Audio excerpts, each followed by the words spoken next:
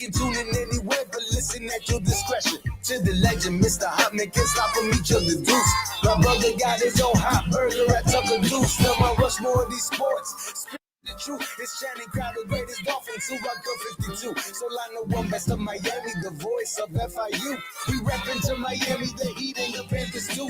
We reppin' for the Marlins, the Dolphins, that's how we do.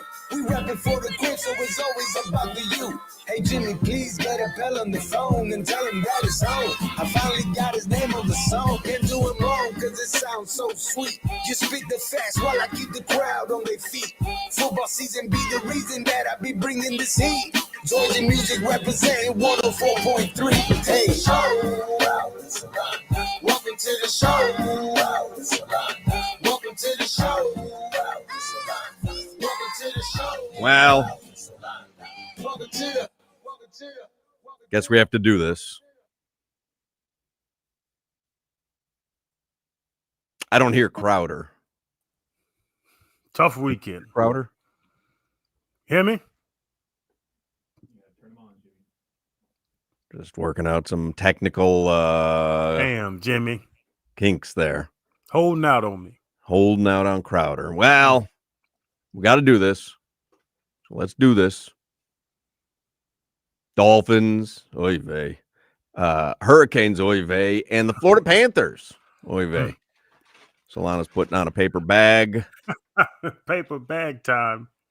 I mean, his Heat haven't won a preseason game either. I mean, this guy's got myriad reasons to be wearing a paper bag on his head. Focus on what's important, Hoch. Focus on what's important. The Heat haven't played a regular season game yet. One team deserves paper bag for sure. Oh, my God. Damn, Miami Gardens. I mean, you know, Barry Jackson from the Miami Herald, he tweeted out, when I've asked a Stephen Ross associate why no changes, he cited the owner wanting to give McDaniel and Greer a fair amount of time to turn this around. And Barry Jackson tweets, yesterday and previous weeks did not qualify, in his view, as reasons to change from that approach. Who knows what will? And I'm of that. Listen, I am a believer in patience. I'm a believer in stability. I'm a believer in giving context to losses and seasons. I did it for the entirety of last season.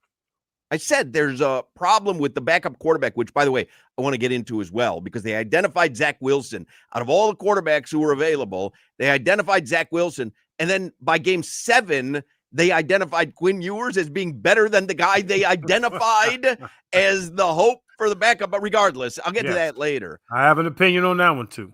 At some point, patience and stability and just standing by your man, at some point it's stupid. Like, at some point it's just not warranted. Again, I think it's laudable. I really do. I think it's laudable to say, hey, you're the guy I hired and I believed in you before the season started. I'm not going to not believe in you less than half the season in. But at some point, it's just stupid. It doesn't serve a purpose. And I can't figure out what purpose it serves to have Mike McDaniel as the head coach of this team anymore. Or, and this one hurts me, I don't know what purpose it serves to have Tua as your starting quarterback next week at least. Give him a breather. I'm not saying he loses the starting quarterback job.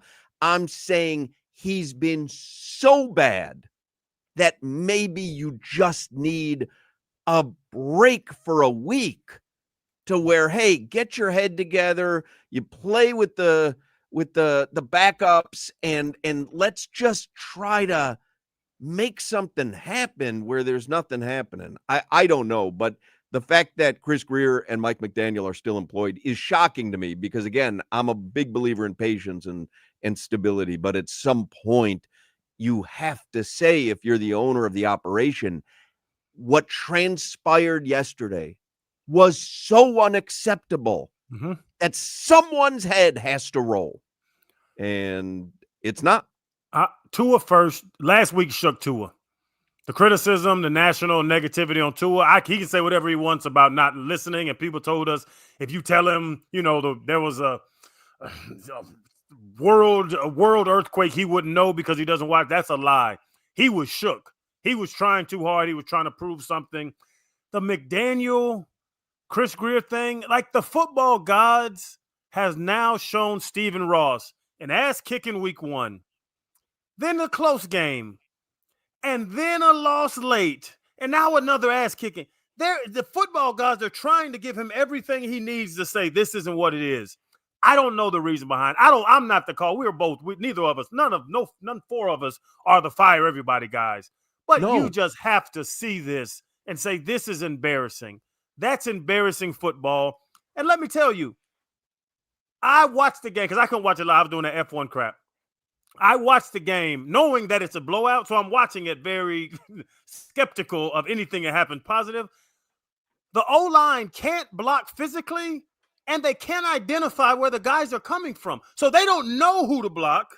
And then if they do know who to block, they can't block them with ability. They don't know who, and they can't. There's a play that went viral on social media of Savaianaya getting rolled in a way where he looks like it was me trying to protect the quarterback.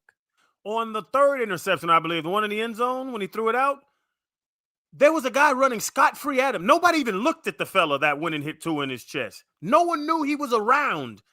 I don't know who to block, and when there is a dedication, I get run over like I'm a 3-year-old. The receivers, I don't want to say they gave up on Tua. They just looked like they were running in slow motion. And you're like, oh, it's wet. The Browns people didn't like they were running that slow. Jalen Waddle's a very fast human being. Defensively, they ran the same exact play that the Carolina Panthers run. When Judkin broke that long run, same exact play, zone cutback. You're supposed to self-scout and self-correct. They're not self-correcting because they don't have the guns to self-correct. I put in a bet already. Bijan Robinson over 400 yards rushing for next Sunday. If Judkins and Rico Dowdle, literally, there's not a running back who's not frothing at the mouth to get a crack at this defense. They don't have the guns, so that's why the Chris Greers jump in. They don't have the weaponry in that entire building to stop the run. They can't do it. They bring the safeties down, and they're trying to get the safety one-on-one with the running back. That's what happened when the touchdown. The 25, I don't know. Can he see? Who's 25? He had me so hot. My goodness, they're not as talented. They're not as talented as the Cleveland Browns. Which is shocking because on paper, I feel like they are, but they're obviously not. Listen, for me, it kind of starts and ends with Tua at this point. He is a shell of himself. And if you can, in that game, playing from behind, still only find Jalen Waddle one time for 15 yards, that's it. Then something's wrong. Jerry Jeudy's better than Jalen Waddle? Yeah. I'm not going to argue it today. Watching the game, you're looking at him. We have Jalen Phillips, Bradley Chubb. No, Myles Garrett is what we need. We need a Myles Garrett. That's what we need. If you just look at that game, there are that much talent, that much more talented than us. And okay. So 28 is going to get the ball 416 times. I could figure out a defense to stop that. It's getting embarrassing. The football guys have showed Ross everything they can show him. I don't see the like I said, are they going to find the next best head coach on October 21st if they fire him tonight? No.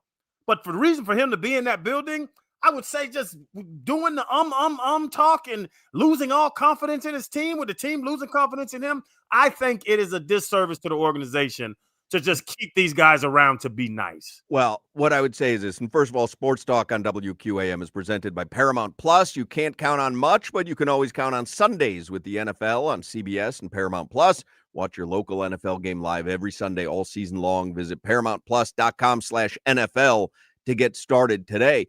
What I would say is Mike McDaniel preached after the Chargers game and then after the Tua post-game debacle, put it out of your mind.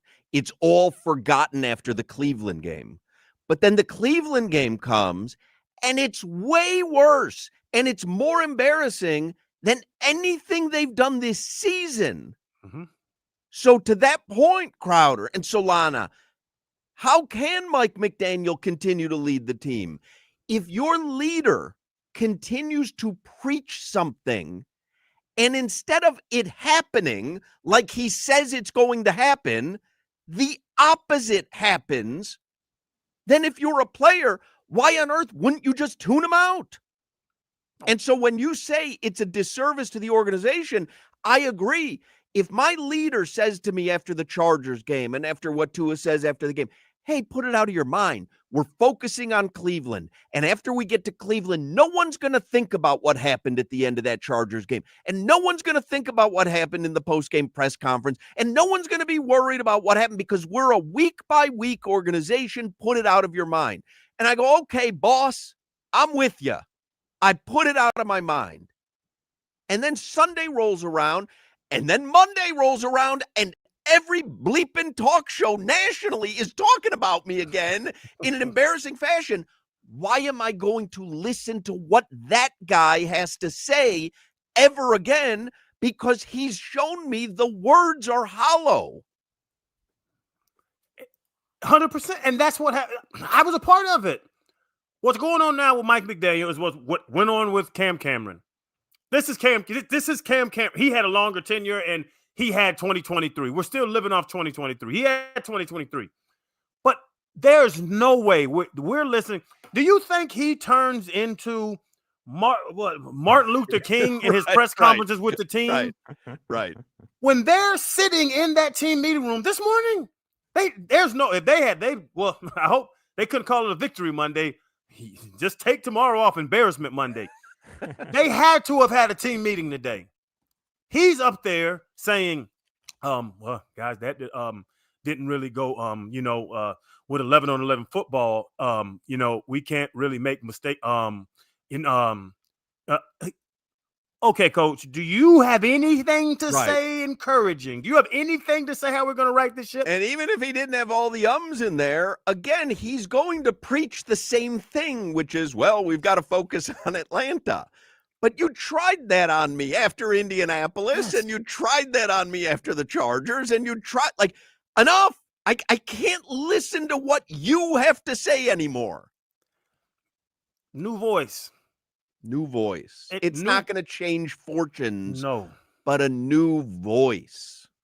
And a reinvigoration. Because I hate to question effort. Because now you're saying guys are giving up. And I really don't think guys give up. But they didn't seem tenacious. They even making plays. When guys did make a play, it was like, oh, yay. Oh, yeah, tackle, backfield, go, go, go. Good job. It wasn't what I'm used to seeing. I was going to say good teams. It wasn't what I'm used to in football. I'll say that. I'm looking at the text machine. So now what? Freaking fool, Hochman. The fans always knew Tua sucked. Flores did. They knew this team sucked before the season started. But you, clueless. Yeah, okay, but I don't make decisions involving the team. Like, the guys who made the decisions involving the team, they didn't consult with me. And listen, Vegas had them at 8.5 wins, which means Vegas thought it was a 50% chance they'd have 9 wins, 50% chance they'd have 8 wins. You had a brain trust of football people giving Tua $250 million. You had guys like Chris Perkins from the Sun Sentinel, who's more negative than I am regarding the Dolphins, had them as an 8 or a 9 win team. So when you say, and now what? Yeah, it wasn't my job to hire Tua in the first place. It's not going to be my job to bench him. It's not my job to retain Chris Grier. It's not my job to fire Chris Grier. It's not my job. So yeah, freaking fool texter. Now what? I don't know. I'm reacting the way you are. I think the only logical way to get out of any of this and to turn this season around, more player-only meetings, guys. Who's with me? Player-only meeting. One more. Give me one more player-only meeting. Is he super loud, Jimmy? He sounds much louder than the rest of us. Hey, Texter, That's let me not tell that you much what. louder. He seems super loud to me. Like he blew my eardrums out. Let's to do the Texas point. I thought you were going to come on today and say 11-6, fellas. well, I do see some positives if you want to know the truth. Yeah. I love when people get angry. Like I see this on social media with like the Dolphins beat writers. Like they get angry at the Dolphins beat writers like they're calling the offense. Like, hey, everybody's got an opinion. Listen, there were more opinions. Now, you, Texter, you can live in your own social media bubble where everyone agrees with you. The Dolphins were gonna stink and Tua was gonna stink. That was not the prevailing notion. It wasn't around the league and it wasn't around the fans. People may not have expected a Super Bowl, but no one expected this. Unless you, of course, you, Texter, you expected this. We know that you had this. I've been you guys call me the Tua hater. I've been the biggest Tua detractor for the past couple of years, even in 2023. I wasn't expecting this type of drop off. No one was. We are seeing legitimately some of the worst quarterbacking play in the last 25 years from Tua Tagovailoa, who probably is the best quarterback the Dolphins have had since Dan Marino. At the very least, he had the best season a quarterback has had. As bad as he has been this season, is the best Dolphins quarterback you have ever watched in your life. He had the best season the Dolphins have had post Marino. Hoch, right now, Tua Tagovailoa is playing similar to Cleo Lemon type football, man. But he has had the best Dolphins career of any quarterback you've ever watched. It's not saying much, though. No, I understand that. I'm just telling you, Tua, in however old you are, 30 years old, you have never had a better quarterback your Dolphins team than Tua Tagovailoa. But you haven't. I could make the case that this is worse than any of those. No. Previous But quarterbacks I'm saying in totality, this season is one of the worst seasons you'll ever see from a starting Dolphins quarterback, especially one who had expectations. But you in your lifetime have never had a quarterback talked about in the MVP race. You're right. Other than Tua. But I'd say this situation is worse than previous situations because we got fooled. Oh, yeah. And the Dolphins paid him They're on the $250 hook. million. They're on the hook. And now what do you do? The cap ramifications to get out from under Tua Tagovailoa's contract is a worse situation now, knowing what we know, which is this guy, unfortunately, whether it's injury, whether it's concussion, whatever the reason is, this guy's cooked, brother. This guy's cooked. Yeah, he looks mentally cooked. He looks physically cooked. He looks cooked. And the thing that you could constantly point to, we talked about it, and I know Barry Jackson wrote an article. I had mentioned Kyle Krabs kind of diving into the numbers last week, gentlemen, where the one thing you could rely on with Tua was accuracy, especially between 10 to 19 yards. And he can't make those throws anymore. He just can't. What do you do? When you say cooked physically? Everything. Mentally, physically, he can't make the throws that he was making that made him an elite, accurate passer. Not player, but passer. He can't make those throws right now, and this isn't a 2-game sample size. And I realize losing Tyreek Hill is important, but at the end of the day, you have to rely on your quarterback to make the type of throws that make him a good quarterback, and you can't rely on him to do that anymore. But I've seen him make some good throws, and this is why, like, is Tua cooked or is it McDaniel's fault, this offense? Carolina game, 0 points in the third quarter. You have an entire half to speak with an entire staff about what they're doing defensively against us. You come out in the third quarter, 0 points. Chargers game, let me guess, 0 points. Browns game, they ain't scoring a damn point in the second half, not just the third quarter. Did you see what his QBR was? What are you doing at halftime? Because that's when offensive gurus, air quotes, that's when they figure it out and have an approach. Crowder, Tua can't throw the ball past the line of scrimmage. And yesterday, you know what they did at halftime? They came out, they said, hey, as bad as it's been, This is one of the outs. This is still a winnable football game. Let's turn things around. And guess what Tua did? The first snap of halftime, he threw an awful pass to Devon Achane. Guess where? 1 yard in front of the line of scrimmage. He threw it out of his reach, and it got taken back for a pick six. You know what his QBR was yesterday, Crowder? Oh, in the teens. Teens! He would pay you his contract for it to be in the teens. 3. A 3? 3. Good grief. His QBR was 3. All right, let's do headlines. John Michaels is going to join us because I want to talk Hurricanes as well. They crapped the bed as well. Headlines brought to you by Doral Kia, home of the Pricito, our lowest price. Visit them at Doral Kia or DoralKia.com. Well, Mike McDaniel says everything is on the table. Oh, all right. Like what? His playbook? Is it like? I was just like, if it's no change in any staff members, what's on the table? Everything.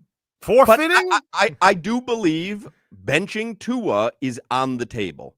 You have to make a splash move. You have to. Yes. You're a laughingstock. And if the splash move is not getting rid of McDaniel or Greer, Tua has to sit next week. I'm not saying for the season. I'm not saying he lost his starting job. I'm saying he lost something the last couple of weeks. He needs a week to get his head straight. So you bench Tua, and I've seen this, and so now is Quinn Ewers the starter? Yeah. So the two guys that's a whole nother conversation in and of itself. If it's so Quinn the guys Ewers or not. that love Tua and established that Zach Wilson was the best backup after the Tim Boyle situation. Right. Now they're rolling on the sideline, and Tua has on a hat and a headphone. But we called it, didn't we? $6 million to go to Zach Wilson, and you guys could have had the Pastronaut. Could have had the Pastronaut who threw a dime yesterday. $6 million that money could have been allocated to what? Offensive line depth, secondary depth. Or you could have allocated another $3 or $4 million to that position and gotten Jameis Winston. But it wouldn't have mattered at this point, huh? I don't know, man. It wouldn't have mattered. By the time you have to make this decision, you're sitting at 1-6 anyways. Yeah, but if you have a quality backup who's been a winner before sitting behind him, maybe it doesn't get to this point. I don't know. But if you have at the very least the ability to run the football, you can lean on something else to help at least alleviate some of the transgressions from your quarterback. You can lean on it, but they can't. You know why? Because the right side of their offensive line after the third snap of the season was toast. And they have nobody else to fall back on because they didn't allocate the necessary resources to depth on the offensive line, which should have been priority number 1 this offseason. And once again, they didn't do it. Somebody texted in, by the way, I bet all the Tua unders. Bingo, money in the bank. Well, then you're losing money on the Tua rushing under because the over has hit every bleeping week, including yesterday. Tua rushing over for life. When Tua's going through something, a rough patch, we'll call it. He's not cooked. He's a rough patch. He's leaning on Zach Wilson or Quinn Ewers. To your point about the backup quarterback, there is no leadership. There is no veteran. Zach Wilson's team wore Mike White shirts pregame while he was the starter. That's why I say Jameis. Like, give me like a Jameis who you could actually lean on. And now seeing what Flacco did with Cincy,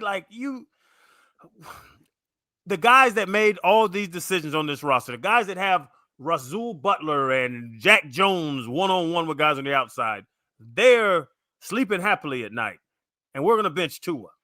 Seems crazy. I'll read you your other local headlines. Hurricanes are now number 9 in the latest AP poll after about right. 4 interceptions. We watched 8 interceptions, gentlemen, this weekend between our starting quarterbacks. Tua had 3 or 4? Tua had 3. I guess 7. 7, yeah. Sorry. Louisville moves up to number 19. The Canes host Stanford on Saturday. Stanford beat FSU. Canes are a 30-point favorite over Stanford. I'm making that mistake again. The thought is that they're coming out mad as hell. Mad. Yes. The Florida Panthers. They're banged up and they're in trouble. They've played a lot of hockey. They've played, 10 months of hockey out of 12 months every year for the past 3 years, and they're injured. Like, this to me is the least shocking development. They close out their 5-game road trip tomorrow. Let's see if they are up for this game. Big game tomorrow against the Boston Bruins. They've lost 4 straight, all on the road.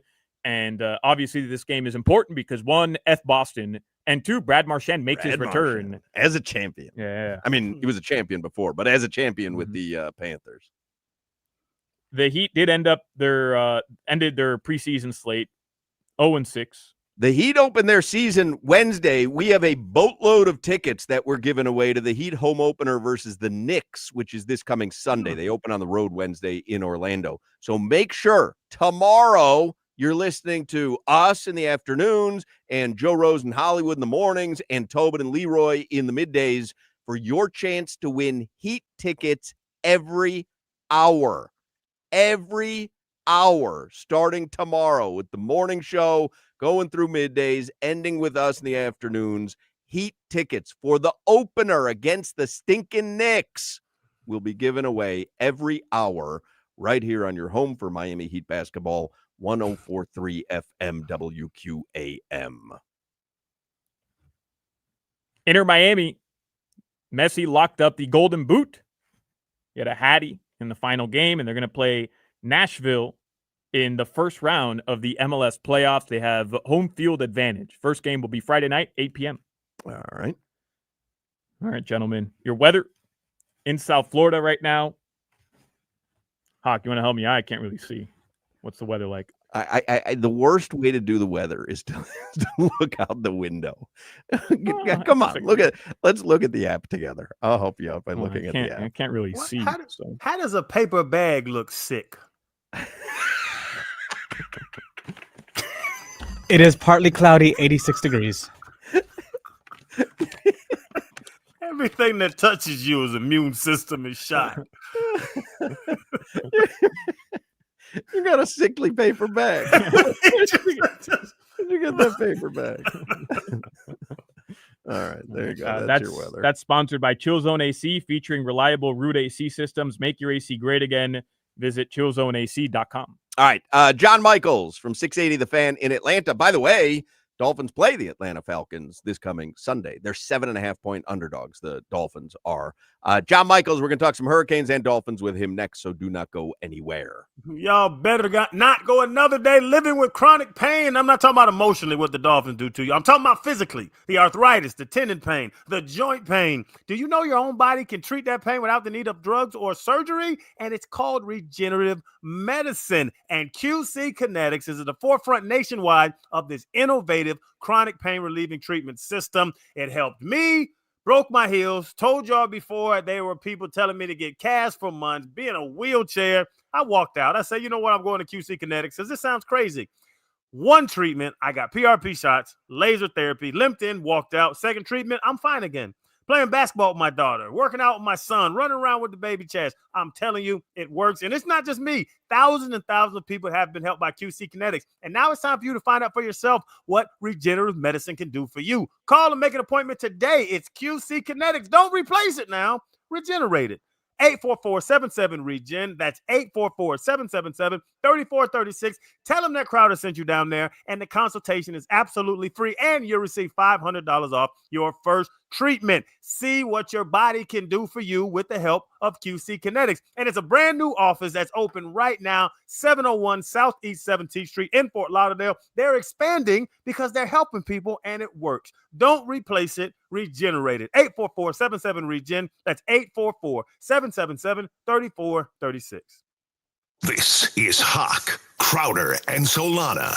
I would love to have a cup of coffee and a piece of pie with Mike McDaniel at Denny's.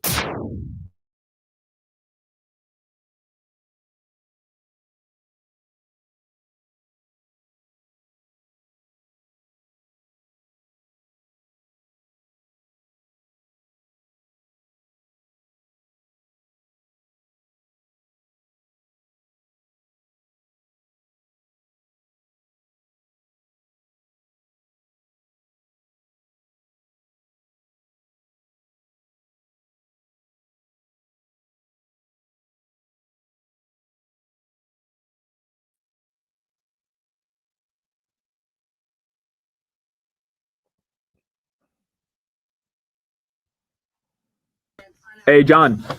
Yo. Yo, do you hear me okay?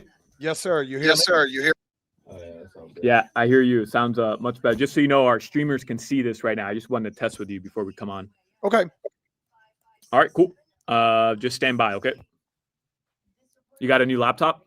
Yeah, I had to go get a new MacBook. The old one was not conducive to doing anything with video.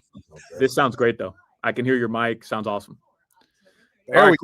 It's like I got into the 21st century. Yeah, man. Welcome. All right, bro. Coming to you in a few seconds. All right, man. Thank you. All right.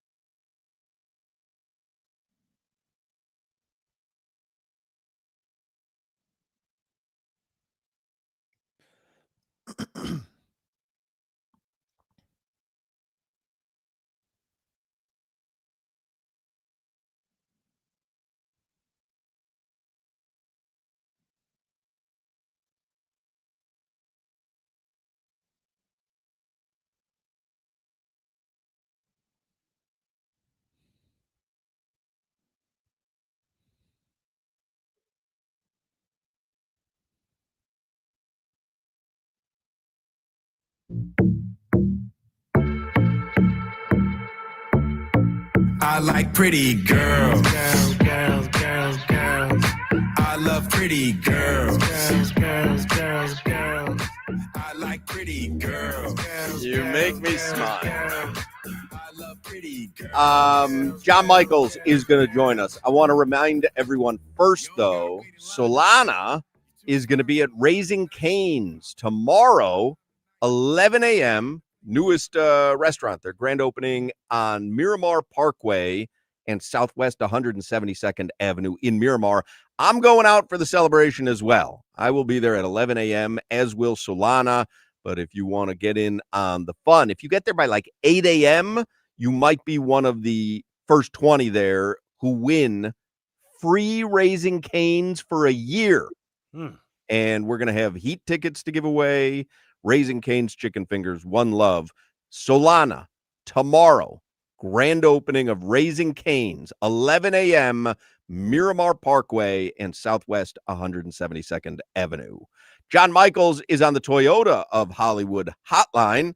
And before we talk football with him, I always remind you the best place to get geared up with Canes merch is Caneswear in Davie or online at caneswear.com. So John Michaels hosts mornings on 680 The Fan in Atlanta. Dolphins will be in Atlanta next Sunday, taking on the Falcons. Dolphins are 7.5-point underdogs.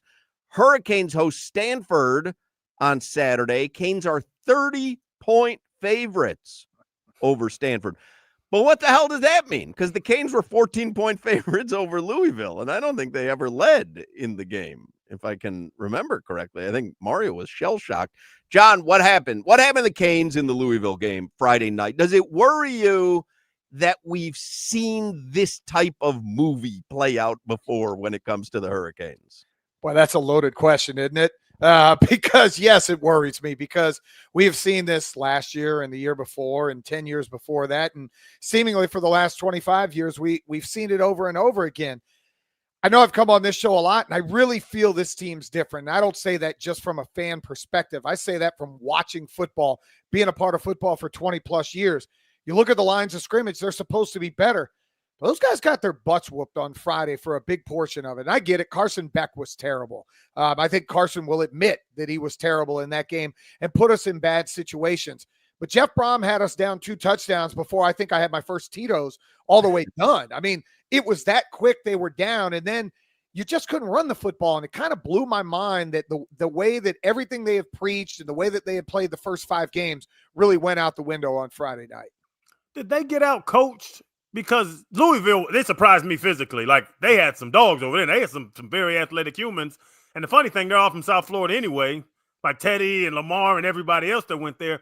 But it seemed as if Louisville was a step ahead of Mario and Heatherman and them boys. Really over Heatherman for those first 2 drives. I mean, Louisville was boom, boom, right down the field. And then as the game kind of settled in, I thought Corey Heatherman did a good job of trying to figure things out, and he slowed Louisville down. Crowder, you know, if a team has 4 turnovers, and I know the 1 turnover was at the end of the game, so you had 3 turnovers, and Louisville got 0 points off them. That's why I thought Corey Heatherman and his group settled in and started playing better. I think they underestimated the athletic ability of some of the Louisville players because Isaac Brown forced 18 missed tackles, which was the most in the country, I think by 9. I think the next closest running back had 9 missed tackles where he forced 18 against Miami. And I thought offensively, Shannon Dawson, and I'm not sure if it was a concerted effort that they saw something on tape that they could throw down the field, but they kept taking shots down the field until they all of a sudden kept turning the ball over. And then it looked like Carson Beck just got afraid. And then in the fourth quarter, Louisville said, all right, we're not going to sit back in zone any longer. We're just going to attack. Miami, for the first time really all season long, I thought the O-line looked a little bit confused. The running game was bad. So to your question, I'd say, yeah, it felt like they were out-schemed offensively and defensively for most of the game against Louisville. Yeah, it's what I wanted to ask you, John. Why can't this team run the football anymore? Because 63 yards, I think it was 63, is insane considering all we've talked about this team is up front. It's Mario Cristobal's best offensive line, and obviously the defensive line has looked outstanding. But even against FSU, John, this team, it wasn't as apparent because they end up winning the game and they had the big lead. They couldn't move the chains on the ground. Yeah, and I think a lot of it has to do with scheme-wise. They ran the ball 18 times. 12 of them were in between the guards. So you're basically just running a gap. Well, guess what? Teams see this on film. And what do they start doing? They start double A gapping. They start pressuring the inside. The best run play you had the whole game was the jet sweep to Malachi Toney. And I go, where has that been? Like, you know how simple that play could be 3 or 4 times a game? And it doesn't just have to be Malachi. You've got receivers and even running backs everywhere that could get things done. I look at Jordan Lyle. I want Jordan Lyle on some stretch zone plays where he gets a chance to get to the outside, put a foot in the ground, and get upfield. And I know a lot of my friends and fan base as well were texting like, what the heck are we doing? We just keep banging our head into the wall. And Louisville said, we're not going to let you running the ball that way. What you're going to see the rest of the year is the same thing. Let's be real. When you play SMU in a couple of weeks, Rhett Lashley's going to go, fine. We're going to stack the box. We're going to double A gap blitz a lot, and we're going to make you beat us throwing the ball and see if you can have patience. Louisville kept 3 guys deep seemingly the entire time. I know the flats were wide open. On 2 of the interceptions, he had tight ends and backs, did Carson Beck, that if he checks it down to them, they pick up 15 yards, and if they make a guy miss, they might still be running. Real quick, does number 9 feel right to you in the nation? Does number 9, because that's where they are. Does that feel right? I do a top 10 poll. I've been doing a poll for 12 years. I had them 8. I'd still have them above Ole Miss because Ole Miss' best win is against LSU. LSU is dog water. I think LSU is going to be maybe looking for a buyout for Brian Kelly within the next 16 months. That's their best win. Don't give me who you lost to as your best loss. I want to know who you've beaten on the field. Ole Miss had been. That's the only difference. I'd have Ole Miss 9 and Miami 8. Yeah, and you brought up Shannon Dawson. Speaking about like just the past selections where Carson wasn't looking to the flat. He wasn't looking low. He wasn't looking check down.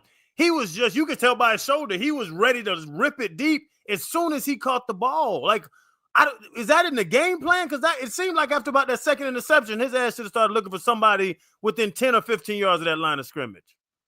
And look, Crowder, the first interception I got to give to Louisville, I think it was their linebacker. That guy makes an unbelievable play. Tony's got him beat. They pass interfere Malachi Toney. The kid comes flying over from the backside and makes an interception. The second one, Carson has Keelan Marion for a touchdown. He underthrows him by 5 yards. He throws a moon ball and he underthrows him. But I think it was in the game plan. I think they thought maybe something that was on film, hey, we can beat Louisville down the field.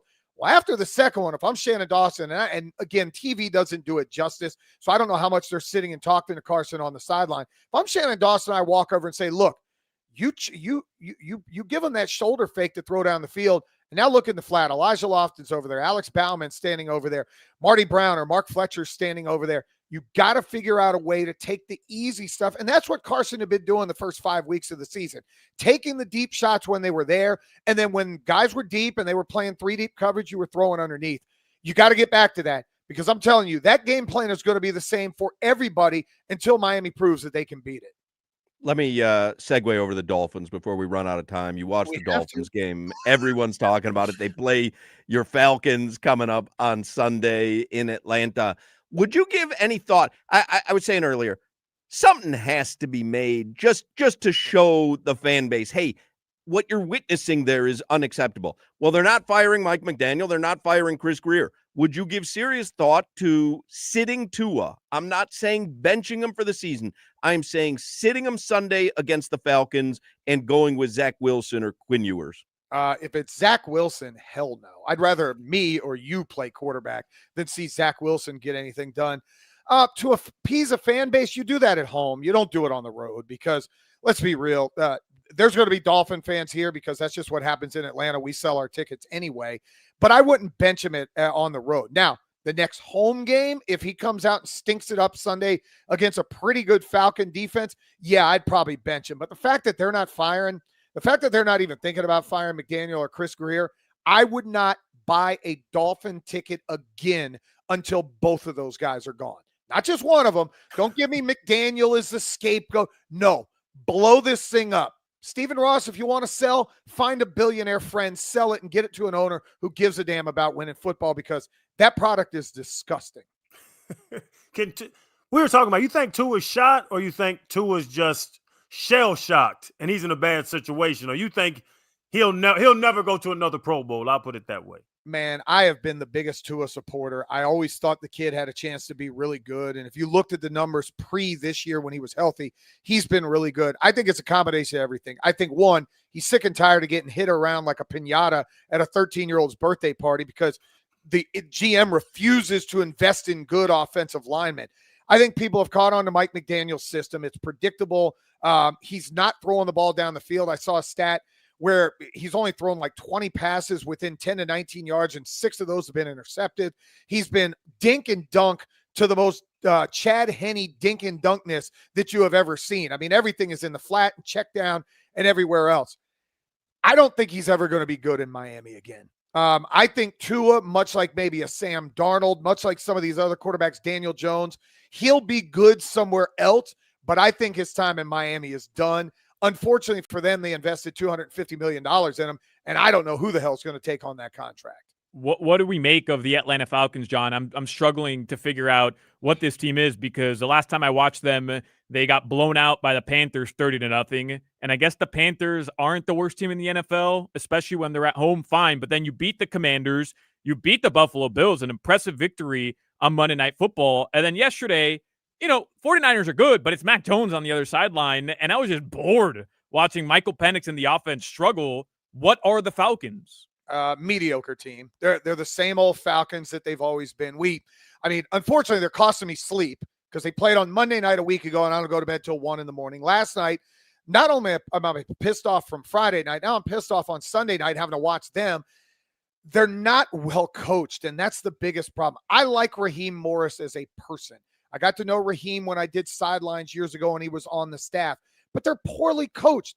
The end of the first half, you cannot have your quarterback throw the ball out of bounds and get an intentional grounding and end up getting a 10-second runoff and not getting points. You're down 3 on the road, and they're poorly managed because they brought in a backup kicker who they don't trust to kick a 53-yard field goal in the NFL when people are making 60-yarders all over the place. They're frustrating, Solana. They've invested 4 straight years of top 8 picks on the offensive side of the ball, yet on the road they average 10 points a game. Zach Robinson, if he wants to go to Oklahoma State where the job's open, I'll help him pack. Get Georgia pack and load. Let's get over there. I'll put a box or 3 inside the truck. They're mediocre. They're going to go 500 again, and they might be looking for a new coach at the end of the year. And Bijan's going to go 500 on the Dolphins. Bijan's special. That kid is ridiculous and humble. That's the greatest thing about Bijan. I tell the story. We're not the flagship, so I can be a little tougher on the Falcons and the other competition in town here. When we go out to training camp, like everybody's got a nice setup as the fans walk in.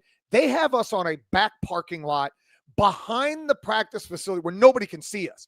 But when Bijan was a rookie, that's where the rookies used to have to go stay in this auxiliary building, and they'd have to walk. It was almost like a gang initiation. They'd have to walk over to the regular side. Every morning, Bijan would come by and talk to us. Now, he wasn't allowed on the air with us because he'd get in trouble. Hey, guys, how you doing, man? Looking forward. Like, he's just that guy. He's as good of a person as he is a player, and I'd argue right now he's a top 5 player in the NFL. How do you give him 14 carries in a 10-point game a day ago? Coaching malpractice.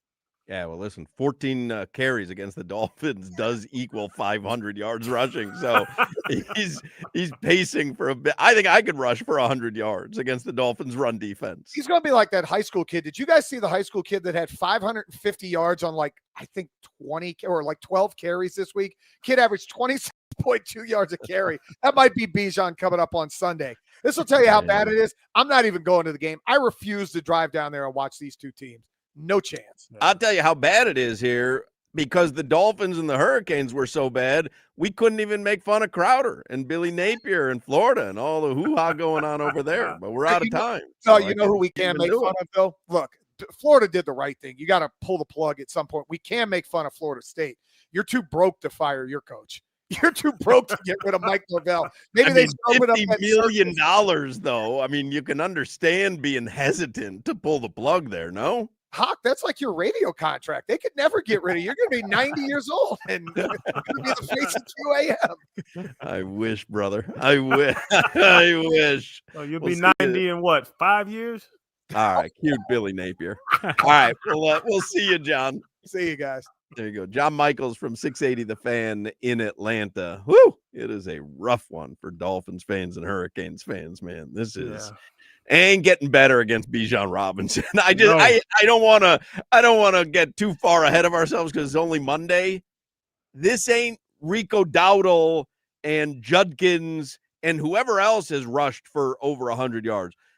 This is Bijan Robinson that they're going to have to defend on Sunday. This is going to be something, man. All they do is get him in open space, and we can't tackle. Like this math problem, it's not mathing right now for the Dolphins defense. Rough. All right.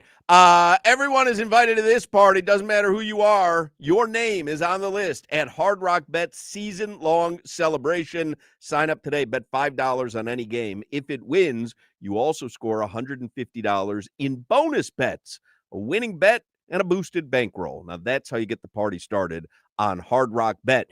Think your fantasy football star will score in Week 8? Hard Rock Bet has odds for that and pretty much everything else. Place bets in just a few easy taps on the Hard Rock Bet app. So get the party started. Rivalries, upsets, chaos. College football is at its best when you're part of the action. Sign up today. Bet $5 on any game. If it wins, you also score $150 in bonus bets. Of course, who's taking baseball's crown? Bet on every pitch, swing, every big moment. The championship series, I think you got a big one tonight, right? On Hard Rock Bet, you can bet it right there. And the wait is over. The NBA is back. Hard Rock Bet puts the entire season in the palm of your hand, from tip-off to buzzer beaters and everything in between. Check into the game and shoot your shot on Hard Rock Bet today. And also step in the cage, bet on the biggest names in MMA with 21% profit boosts for the 321 fights on Saturday. Make your picks on the Hard Rock Bet app. Download it right now. Offered by the Seminole Tribe of Florida. Must be 21 plus and physically present in Florida to wager. Terms and conditions apply. If you or someone you know has a gambling problem, please call 1-833-PLAY-WISE. You're listening to the Hoch, Crowder, and Solana Show. 50% of the time I stay in hotels, I clog the toilet. I'm Tyler here of the Miami Heat. Congratulations to WQAM on its move to FM 104.3. Congratulations. Tito's Handmade Vodka is America's favorite vodka for a reason. From the first legal distillery in Texas, Tito's is 6 times distilled till it's just right and naturally gluten-free, making it a high-quality spirit that mixes with just about anything, from the smoothest martinis to the best Bloody Marys.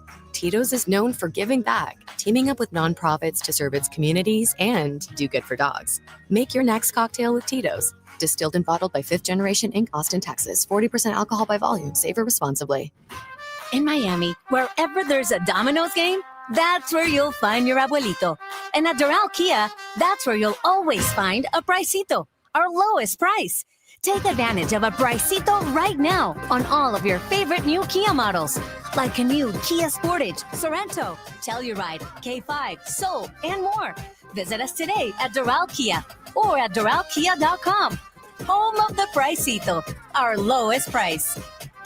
Looking to get nailed? Hardy Peter and Perfect Choice Roofing have shingles, and they know how to use them. At roofhotline.com, you can get your instant free estimate in 30 seconds and compare roof options right away. They handle quick fixes, inspections, and new roofs, all with top-notch warranties. Don't wait until the next storm to make your move. Go to roofhotline.com today. Perfect Choice Roofing. Home repairs with a championship mindset. During the Drive Into Fall event at Kendall Dodge Chrysler Jeep Ram, get up to $23,000 off MSRP, 0% financing, and no money down. Drive to Kendall and drive away in a new Jeep Gladiator for only $299 per month. Kendall Dodge Chrysler Jeep Ram.com. the Casino at Dania Beach presents Sebastian Bach, original voice of Skid Row, live at Stage 954, October 31st. Get ready to experience the most iconic anthems in rock history. Don't miss out. Purchase tickets at CasinoDaniaBeach.com. Chevy trucks have you covered when the road takes you from smooth sailing to Chevy Colorado will eat up some of the toughest terrains with 5 available drive modes. And Silverado and Silverado HD have the muscle to take you out for some serious with multiple engine options and impressive towing. While Silverado EV is the perfect combo of performance and capability, making it a snap to hitch up this electric truck and hit the road. Wherever the road leads, Chevy trucks are right there with you. Chevrolet, together let's drive. This is the story of the one. As a maintenance supervisor at a manufacturing facility, he knows keeping the line up and running is a top priority. That's why he chooses Grainger. Because when a drive belt gets damaged, Grainger makes it easy to find the exact specs for the replacement product he needs. And next day delivery helps ensure he'll have everything in place and running like clockwork. Call 1-800-GRAINGER, click Grainger.com, or just stop by. Grainger, for the ones who get it done. At Skechers, comfort is a technology. That's right. You don't just make a shoe and hope it comes out comfortable. It takes research, innovations, compounds, engineering, and so much more to feel so comfortable you'd swear you're wearing pillows on your feet. We have features like Skechers Air-Cooled Memory Foam and fits like Relax Fit, Stretch Fit, Wide Fit, Arch Fit, and so many more to make the shoe feel like it was custom-made just for your foot. Plus, we have hands-free Skechers Slip-ins technology. Just step in and go. Find yours at a Skechers store, Skechers.com, or wherever comfortable footwear is sold. Actual price will depend on product and subscription plan. Featured products are compounded drug products, which the FDA does not approve or verify for safety, effectiveness, or quality. Prescription products require an online consultation with a healthcare provider who will determine if appropriate. See website for details, restrictions, and important safety information. Want a boost in and out of the bedroom? Hims has you covered. Introducing a new 2-in-1 approach to level up your game. Tadalafil for better bedroom performance and zinc for testosterone support. Put it all together and you've got what you need to turn things all the way up. Getting started is simple. Just go to hims.com/joy to start your free online visit. Through Hims, you can access ED treatments, including pills, chews, and more, 100% online. No office visits, no pharmacy lines. Just fill out a simple intake form and a licensed medical provider will determine if treatment's right for you. If prescribed, it ships free and discreetly to your door. Find affordable treatment options at up to 95% less than brand names at hims.com/joy. That's hims.com/joy, hims.com/joy. Actual price will depend on product and subscription plan. Featured products are compounded drug products, which the FDA does not approve or verify for safety, effectiveness, or quality. Prescription products require an online consultation with a healthcare provider who will determine if appropriate. See website for details, restrictions, and important safety information. Want a boost in and out of the bedroom? Hims has you covered. Introducing a new 2-in-1 approach to level up your game. Tadalafil for better bedroom performance and zinc for testosterone support. Put it all together and you've got what you need to turn things all the way up. Getting started is simple. Just go to hims.com/joy to start your free online visit. Through Hims, you can access ED treatments, including pills, chews, and more, 100% online. No office visits, no pharmacy lines. Just fill out a simple intake form and a licensed medical provider will determine if treatment's right for you. If prescribed, it ships free and discreetly to your door. Find affordable treatment options at up to 95% less than brand names at hims.com/joy. That's hims.com/joy, hims.com/joy. What if you had the smartest Wi-Fi? If you did, it'd be Xfinity, of course, and it'd come with their best state-of-the-art equipment. It would boost speeds to the devices that needed the most, prioritizing your most important connections, whether you were streaming, gaming, or gaming while pretending to work. And it would let you stream 4. That's right, 4 games on one screen. It would even power your mobile connection so you could bring faster, secure Wi-Fi speeds with you where you use it most. It would be proactive and fix problems before you knew you had them. Impressive, right? And it would have security features that protect you from threats at home and online. Kinda like a force field for your life. If you had the smartest Wi-Fi, well, everything would work together seamlessly to keep you connected, no matter what. Xfinity. Imagine that. Restrictions apply. The drive starts at Ed Moore Sawgrass Auto Mall, where you can drive 25 Chevy Silverados or GMC Sierras, just $16,995 at the Ed Moore Sawgrass Auto Mall. Approved credit terms vary. Total of lease payments 7 away per month, 24 months plus tax, tag, title fees. Dealer has details. Nobody had to tell your grandparents not to drive while using their typewriters. Why should it be any different for us kids and our cell phones? Distracted driving was the cause of more than 3,000 deaths in 2022. Come on, we're smarter than this. Let's put down the phones and focus on the roads. Drive safe, everybody. Don't drive distracted. A message brought to you by the National Highway Traffic Safety Administration, Project Yellow Light, and the Ad Council. At LendSeek, we know running a business takes heart, hustle, and sometimes a little help. That's why we stand with you with our exclusive AI lending platform, connecting you to over 100 funders. If you've been in business for at least 2 years with a minimum annual revenue of $500,000, you can get up to $1 million in funding in as fast as 24 hours. No collateral, no prepayment penalties, no red tape. Apply today with no cost or obligation at lendseek.com. That's LENDSEEK.com. It's Truck Month at Midway Ford. Now save big. Up to $11,000 off MSRP. Drive a new F-150. $399 a month. 0 down. The best deals and the biggest savings are here. Shop us now at MidwayFordMiami.com. No money down. First payment, tax tag, and inception fees not included. I'm John Morgan of Morgan & Morgan. If you've been injured in a car accident, call America's largest injury law firm. For over 35 years, my mission has been to deliver more for our clients, to deliver more for you. Injured? Visit forthepeople.com for an office near you. Do you have 3 ex-wives and your current trophy wife wants a life insurance policy 3 times the size of the policies you had to purchase for your previous mistakes? If so, you need to call Big Lou at Term Provider, 800-700-6898. Big Lou is intimately familiar with your problems, and if you're 50 or 60 years old and in reasonably good health, a $1 million policy should only cost about $100 to $200 per month. Big Lou may have a solution for your previous policies as well. You may even save enough money to lighten the load on your new $1 million policy. Remember, call Big Lou. He's like you, except he's only on number 2. Call Term Provider at 800-700-6898. That's 800-700-6898 for $1 million in term life insurance that you can live with. Call Big Lou at 800-700-6898. 800-700-6898. Champions play here. WQAM FM and HD1 Miramar, Miami, Fort Lauderdale. WQAM AM Miami. An Odyssey sports station. Home of the Queen.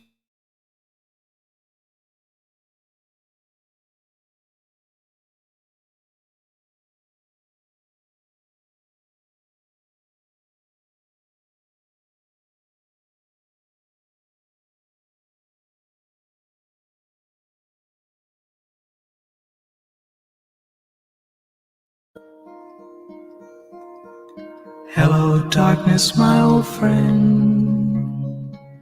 I've come to talk with you again, because a vision softly creeping left its seeds while I was sleeping, and the vision that was planted in my brain still remains within the sound. One of those days. And you knew that game was coming from the Hurricanes at some point this season. So you got that one. The one that's more shocking to me, because listen, the Hurricanes were not going to go undefeated. So you knew that game was coming at some point. It came. Hopefully they got it out of their system and they'll continue to take care of business. The one that was most shocking to me was the Dolphins, because you could make the case, Indianapolis, obviously not as bad as we thought they were. Carolina, like you said, not as bad as we thought they were. Like, you were in it against the Buffalo Bills. Like, Cleveland's a bad team. And Dylan Gabriel is not lighting the league on fire. And you were just unable to muster up anything against them, especially coming off the week that you just had. How could you not be fired up and prepared more than you've ever been prepared coming off the week that you just had? So that to me was the real shocking thing. Couple notes. The Heat opened their season Wednesday. We have a ton of tickets that were given away to the Heat home opener, which is not this Wednesday. It's this coming Sunday when they host the Knicks. This Wednesday, they're in Orlando. But if you want to win Heat tickets for this coming Sunday, listen to us, Joe Rose and Hollywood in the morning, Tobin and Leroy in the middays, for your chance to win heat tickets every hour tomorrow. So tomorrow, every hour, we are giving away heat tickets on this radio station, beginning with Joe Rose and Hollywood in the morning. 15 minutes of Game Day Uncensored is brought to you by the Lexus TX. Room for all your passions and 3 rows of luxurious comfort. Experience amazing at your Lexus dealer. You will hear Game Day Uncensored this coming Sunday, 9 a.m., as the Dolphins get ready to play Atlanta at 1 p.m., and we'll see what happens. But here is the breaking news. Crowder and Solana. I know everybody was kind of paying attention. Mike McDaniel has his Monday press conference. That's just happened. David Furones in the Sun Sentinel tweets out, Mike McDaniel told reporters in Miami Gardens, Tua Tagovailoa remains the starting quarterback for the team. So that change isn't going to happen. And by the way, if your boss and your owner preach patience and stand by you, who would you be to not preach patience and stand by your man? Tua Tagovailoa. But this is a terrible cycle to be in. I was gonna say, Hoch. but it is what it is. So nothing. So just get your ass kicked over and over. Everything stays the same. No adjustments, no anything. Well, that seems to be the plan. I'm not down with it, but that seems to be the plan. No matter how far it sinks, nothing is changing. Because don't tell me that some cursory change on the offensive line or you know what I mean? Like, don't tell me some cursory change is going to be the big change. You know, Ollie Gordon's inactive. That's how, it's like, all right, give me some meat and potatoes. Like, don't throw me a little corn niblet special on the side and tell me that that's the big change to the menu. Here's just a couple other notes from David Furones. Mike McDaniel said, we need to fix things and fast. Everyone, including myself, especially me. Quinn Ewers had mentioned as the backup quarterback being week to week between him and Zach Wilson. Dolphins coach Mike McDaniel said the same moments ago. This is now a week-to-week competition between Zach Wilson and Quinn Ewers to be the backup. And Mike McDaniel, David Furones tweets, said his conversation with Dolphins owner Stephen Ross had to do with the game itself. So if you think they had some sort of grand conversation about coaching and ideas and where the organization is headed, that doesn't seem to be the case. It seems like they had a small conversation about the game itself. It wasn't small. I based on somebody I talked to who was there, Stephen Ross was in that coach's locker room after the game for a lot longer than he normally is. A lot longer. That was a conversation after the game. But I wonder what that means. Is he normally in there for 5 minutes, right? Like the cursory visit, and then it's 15 minutes, which however long it was in there, I don't think it was enough time to solve anything.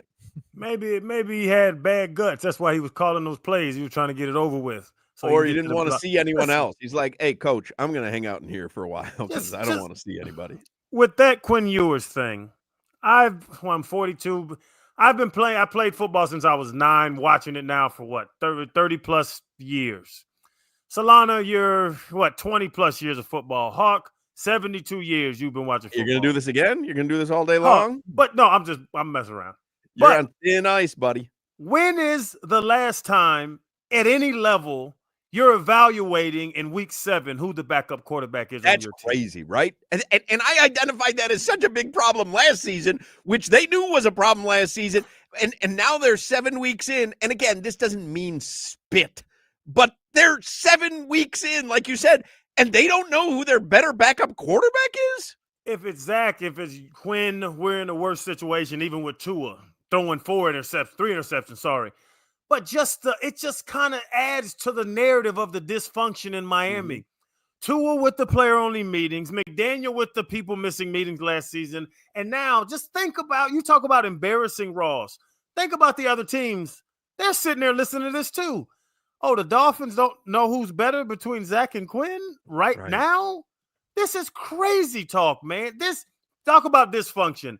This is crazy talk. There is no way I've ever been on a team where I don't know who's. If Chris Leak got hurt, I knew who was going in.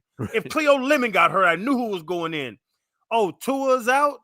Is it Quinn or is it Zach? That's crazy to be on a team with that dysfunction. I got to call it what it is. I think there's way better examples of dysfunction than this, only because isn't this what you do with a seventh round pick? You draft him, you take a flyer on him, and you hope that, hey, he comes in and he proves something to you. He impresses you.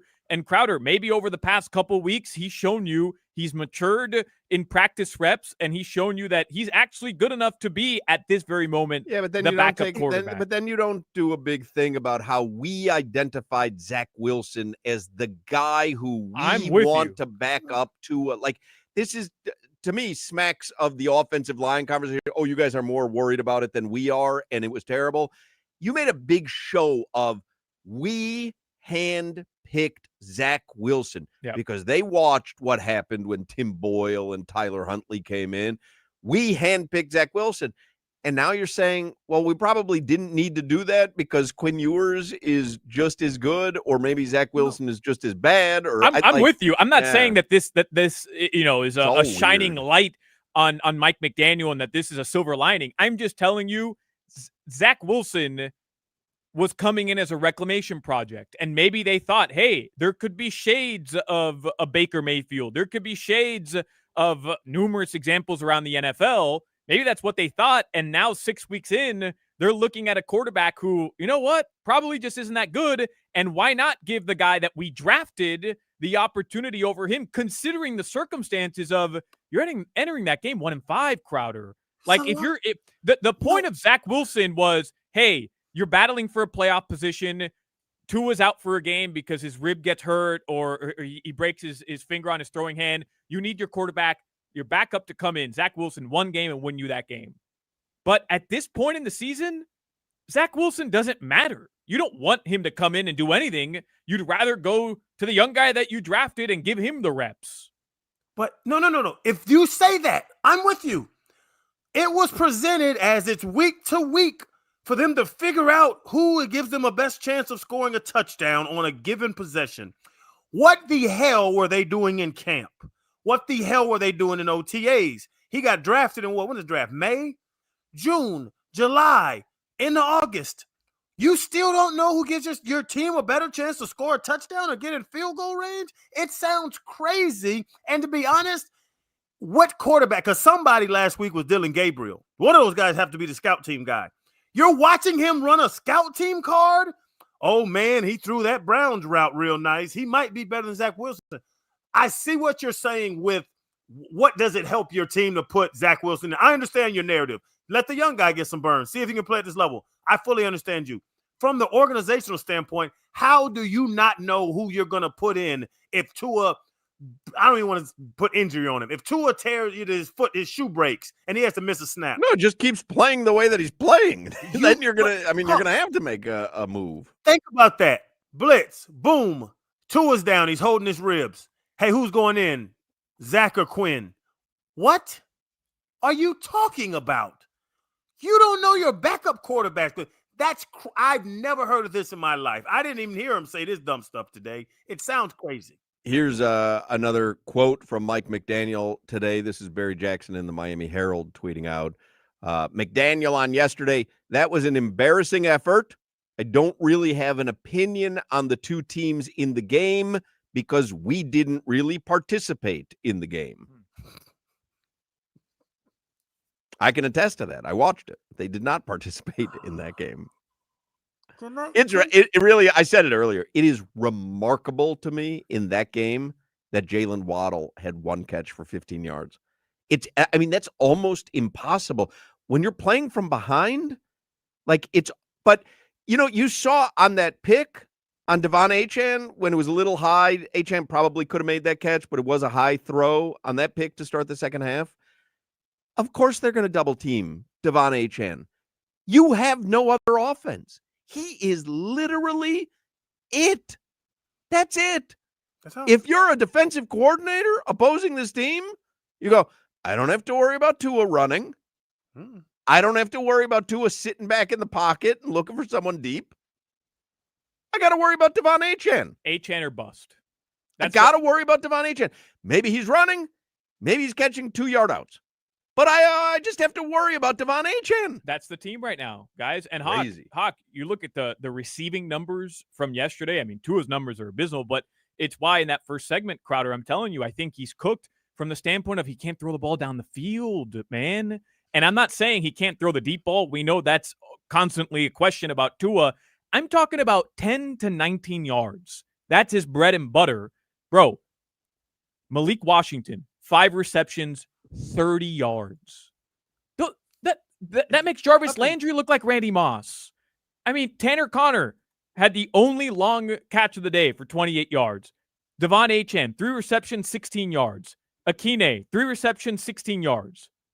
He can't throw the ball down the field. By the way, Westbrook Akine over-under on receptions was 2.5. And I was looking at it, and I was like, is he really going to get 3 catches? And I laid off it. Man, he caught that third one. I said, man, what was I doing? And we've talked about this before, and I understand the Tua arm strength is not Dan Marino. Why can't he get targets? Only reason I noticed I have Rashid Rice, who just came back from suspension. He got suspended. He got in a car wreck. He hurt a guy real bad. He comes back after 6 games. He has 10 targets. They find a way to get him available to throw the ball to him 10 times. We already talked about Jamar Chase having 23 targets with 16 catches. If you are, as an offensive coordinator, there are guys capable of getting guys open no matter what double teams are there. Why can't Waddle never be open? Why can't you scheme up something that he can get open and get some targets? That's crazy. 1 for 15 and Tyreek's hurt for the season. There's stuff that is perplexing in this situation. You're getting beat by 25 by Dylan Gabriel and Jeff Stefanski, whatever the hell his name is. When you dive into some of the numbers, I had it written down to kind of go over with you guys. I'll start here. Miami, 12 yards of offense, including 2 false starts, by the way, of course, on 16 first down plays, Crowder. So there already, you can't move the ball on first down. Why? A ton of issues. Your offensive line creates zero push up front. So even if you want to give the ball to Devon Achane, can't get yardage on first down because your offensive line crumbles. They were 1-13 on third downs. That's ugly. They had 11 penalties for 103 yards. They finished with almost as many penalty yards as offensive yards, 219 total yards of offense, and they had 103 yards of penalties. That's half as many penalty yards as offensive yards. Amazing. There's failure at every single portion of this team, other than kicker Riley Patterson. Let's clap it up for Riley. 2 of 2 yesterday, 6 points. Come on. I mean, what was the combined yardage of his 2 field goals? The only guy who scored yesterday. 18. Come on. I mean, Crowder, I mean, that's what you're dealing with here. Your team is incredibly undisciplined, massive black mark on Mike McDaniel, and then you can't run the football. You just can't. You can't run the football because your offensive line can't create any separation. And then when Tua needs time to step back and get the ball to anybody, he's got 0 time and he's got 0 ability to make the throws anymore because his body is just not holding up the way it needs to be. There you go. That's how the Cleveland Browns, who hadn't scored more than 17 points in 11 consecutive games, blew out the Miami Dolphins yesterday. I mean, they looked electric against the Dolphins. Mm-hmm. The Dolphins, they scored 31. You know the Dolphins haven't got to 30 yet this season. The Broncos scored 33 points in the 4th quarter yesterday. 4th quarter. 33 points in the 4th quarter. The Dolphins haven't reached 30 in 7 games with this explosive track meet offense. And those are what you just said, undisciplined, that's on the coach. And halftime adjustments. You can't score in the 3rd quarter. That's on the coach. Before we get to headlines, Rock the Ocean's iconic music festival Tortuga returns to Fort Lauderdale Beach next April. Post Malone, Riley Green, Kenny Chesney, and a lot more, we are giving you a chance to win 3-day passes for you and a friend. If you want to enter, go to WQAM.com, click on the contest page, and you can register to win right now. Headlines are sponsored by Doral Kia, home of the Pricito, our lowest price. Visit them at Doral Kia or DoralKia.com. Kim Bokamper was pretty upfront about his thoughts on the game yesterday on CBS 4. And quote from Kim Bokamper yesterday, maybe the worst game I've seen by a quarterback in the National Football League. It wasn't, because I watched it and I was like, did I hear him say what I think I heard him say? It wasn't the worst game I've seen Tua play. And Bo Camper's watched a lot of football. Yeah. The worst game he's ever seen an NFL quarterback play. And by the way, the 3 QBR would be indicative of that. That's why I said earlier, I really believe last week shook him emotionally and mentally. Yeah. Yeah. That's right. That's why I was suggesting, hey, maybe you give him a week off. Like just to reset. And we learned that Mike McDaniel is not benching him. Mike McDaniel, I don't know if you watched it yesterday. It looked to me like the quarterback's coach was telling him we're going to go with Quinn Ewers, that we're pulling Tua. It was the quarterback's coach, right? It wasn't, I don't know if it was Frank Smith. Someone was talking to Mike McDaniel the series before they pulled Tua, and Mike McDaniel looked heartbroken. It was weird. I see if someone can find this on social media, because I that was the what I made up in my head watching it. I'm like, he's being told right now that it's time to bench Tua, and he doesn't want to do it. I did see Quinn Ewers after his first series. Oh yeah, he just walked to the sideline, and Tua came, gave him a pat on the butt, and it almost seemed like he was waiting. He stood right next to McDaniel. McDaniel ignored him. He was waiting for some, form of acknowledgement from McDaniel, whether, hey, you're trash, or hey, way to go out there, or whatever. And McDaniel just never acknowledged him, which was a little weird. You would think. I gotta see if I can find this video, because I'm telling you, I was just watching the game live, and I'm like, man, someone's telling it, because it was about that point where you would bench Tua in that game after the third interception. I mean, I like, even for his own sake, how could you leave him in there? Right. Like, you're embarrassing him at that point. But there's no way McDaniel thinks that his offense doesn't work. He has to think it's on Tua. Well, I was wondering, it's funny that you say that. I was wondering, if you put everybody on truth serum, what would Tua say to you about Mike McDaniel? What would Mike McDaniel say about Tua? This is what happens when things start to splinter in your head. Yeah. You sometimes out loud, but in your head, you start to think about, this is this person's fault. It's never your own fault. It's never your own fault. No. I imagine Mike McDaniel probably thinks to himself, if I had a mobile quarterback, the damage I could do to this league. But I am handcuffed by Tua's inability to move. And I think Tua probably thinks to himself, if I had a normal play caller who wasn't giving me 15 different things to get set before a down, and I could just run the offense I was running at Alabama, where I was tearing up college football, I could tear up the league. And I think Chris Greer's thinking to himself, if I had a coach who could coach with these great pieces that I've given him, you know what I mean? Like, no one is saying to themselves, man, I'm bad at this, but I'm really curious what they're all thinking about the others. If Tua switched places with Patrick Mahomes, are the Dolphins a Super Bowl team? It is the Kansas City Chiefs a mediocre team. Could Andy Reid? I don't know. Could Andy Reid make Tua a playoff winning quarterback? I would say this.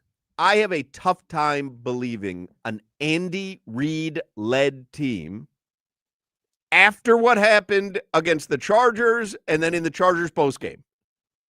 I have a tough time believing an Andy Reid-led team would come out and do what the Dolphins did against a really bad team in the NFL on a rainy day the following Sunday. Now, does that mean Andy Reid could coach them up to victory when he's got, Rasul Douglas and Jack Jones and I don't know. I have a very tough time believing that an Andy Reid team would look like, just like we saw the Dolphins in week 1, where we said, how could you possibly look this way in week 1? But then we wrote it off and we said, okay, week 1, they're going to get it straightened out. And then I remember saying after the New England game, I said, one thing I can tell you, this team has not quit on Mike McDaniel. Mm-hmm. They went down 2 touchdowns, but the team fought back because there was this thought that, hey, maybe the team has quit on Mike McDaniel. And I remember saying after the New England game, they didn't quit on him. They clawed their way back into that game. This was the week that the team rallies around Tua, rallies around Mike McDaniel. They couldn't have asked for a better opponent coming off that abomination at the end of the Chargers game and then the post-game press conference. They couldn't have asked for a better opponent than Dylan Gabriel and the Browns. Mm-hmm.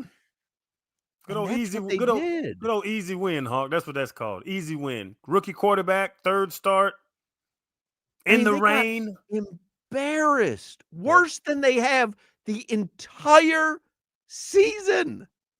That's the worst loss. Solana wore a paper bag to start the show today. That's the worst loss of the Mike McDaniel era. Easily. And that's saying something. Easily. Think about last year, Crowder, those 4 games where Tua Tagovailoa was out, and we're saying, hey, how are you not? Okay, fine, Skylar Thompson bleeped the bed. But now all of a sudden you've got Tim Boyle and Stu Puntley. How are you not dumbing down this offense? How are you not finding ways to adjust what you're running to just find some success? Listen, I'm as guilty as anyone. I've had an excuse for every problem that, Kansas City, it was so cold. I have had an excuse for everything. How could you in your right mind come up with any sort of context for the performance the Dolphins put out yesterday, especially after the week that they had just had? That's why I cannot believe that Stephen Ross did not let him go after that game, because we had heard, hey, unless something cataclysmically bad happens. Right. Well, what the hell was that? That's a locker room separated. What's he waiting for? What if that's not it? Like literally for the guys just not to show up to the game? Literally, we have 8 guys. Mr. Ross, 8 guys have shown up today. We don't know what to do. Has there ever been a boycott in an NFL team? From the team itself? He's waiting for Mike McDaniel to just weep on the sideline for him to finally fire him. I have to tell you, I was wondering that in my head. Mike McDaniel seems like one of the few head coaches that would just willingly resign because things have gone poorly. And they gave him an extension, right? Yeah. Well, before last season. I don't know how much money they're on the hook for. Is it possible that they said, you know what? If we wait this out, we'll save ourselves $30 million. I don't know how much they're saving. I don't know how much he's paying. But, most coaches, you feel like they just kind of circle the wagons and you're going to have to pull me out of here kicking and screaming. And you feel like Mike McDaniel might be the guy who says after a game, you know what? I can recognize this team has stopped playing for me and I'm going to walk away. And I was like, that did cross my mind. Kyle Shanahan, Raheem Morris, Kevin O'Connell, Matt LaFleur would all slap him. Right. They fly in to slap him and get on the plane and leave.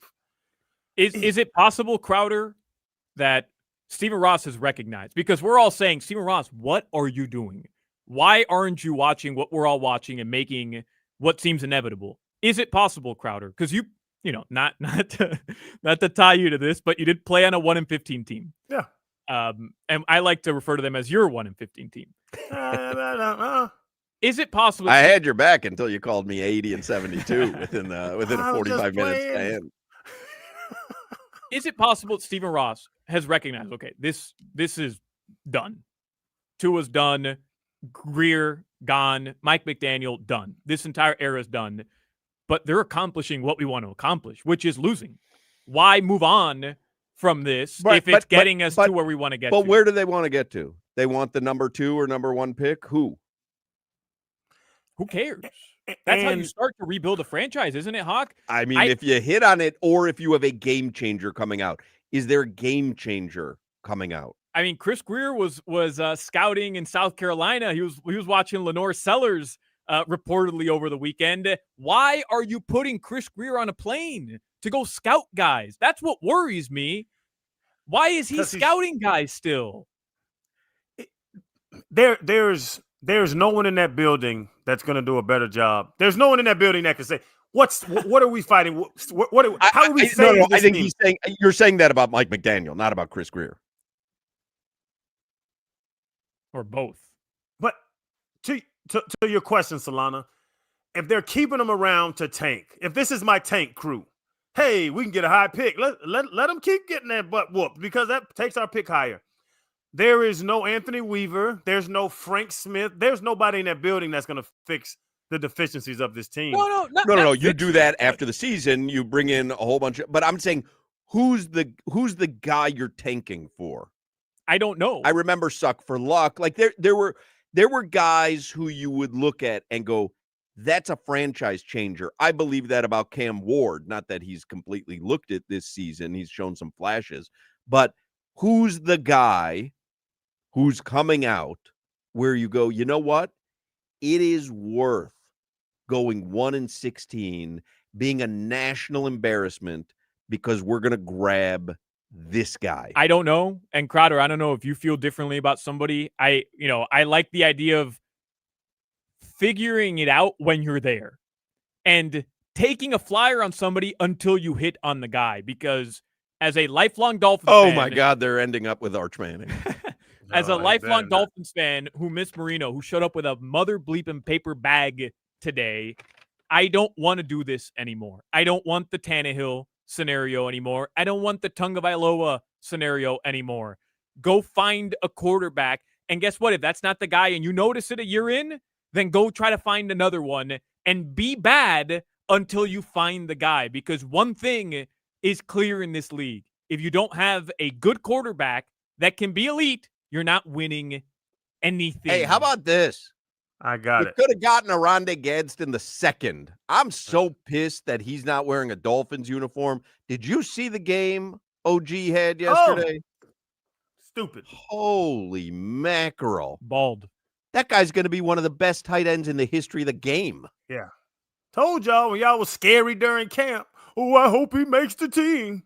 I was just trying not to jinx him. You still haven't learned your lesson. Send in the closer for Mendoza. Yeah, there we go. From Indiana. Okay. Yeah. Didn't he go to Columbus? Yeah. Play the chorus for Lenoris. Mm-hmm. Like that one? No. Kick the tires for Nussa Myers. What the heck? Let's go get back. Hey, Fernando Mendoza went to Columbus from Miami, hometown kid. He's balling at Indiana right now. F it. Send it in. Man, the boy paper thin, though. Paper thin. And he's balling at Indiana. They're ranked like top 10 No, in the I nation. understand. I'm just saying, how many football stars has Indiana churned out? I don't know. I mean, what the heck? Let's go get back. Not John.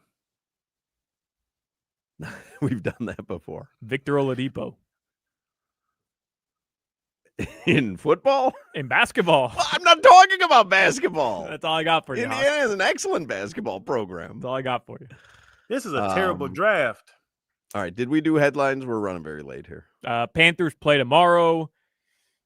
Tua's not going anywhere. He's not getting benched either.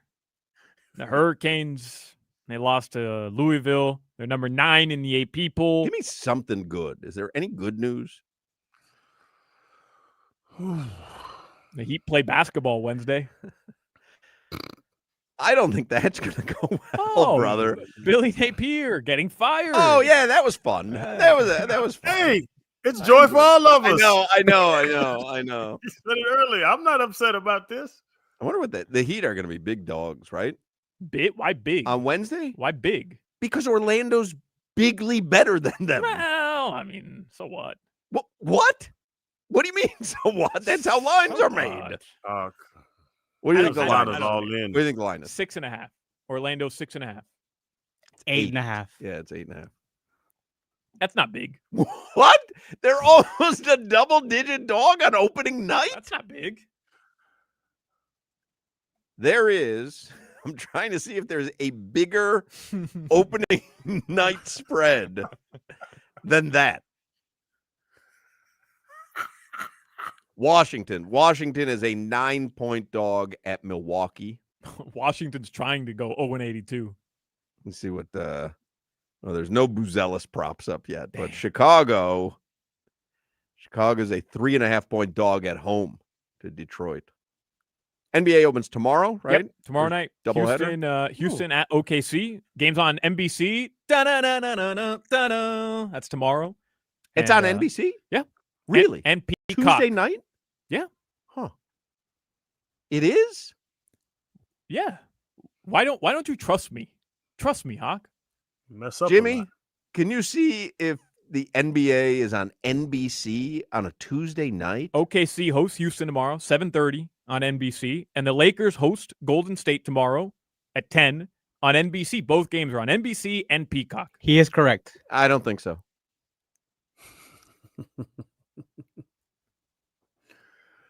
Your weather sponsored by ChillZone AC, featuring reliable root AC systems. Make your AC great again. Visit chillzoneac.com. In South Florida right now, 70. Oh no, that's Montevideo, Uruguay. 85 degrees. Tonight the lows will drop into the mid 70s. That is your weather. All right. You want to make yourself feel better after just a terrible weekend of sports. Tucker Duke's Lunchbox in Deerfield Beach.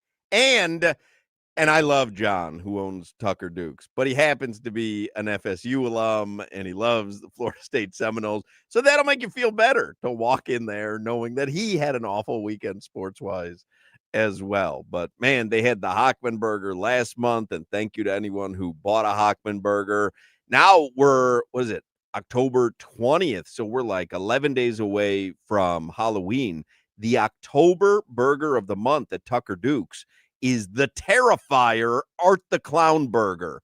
Go get this. I'm telling you, you'll feel better.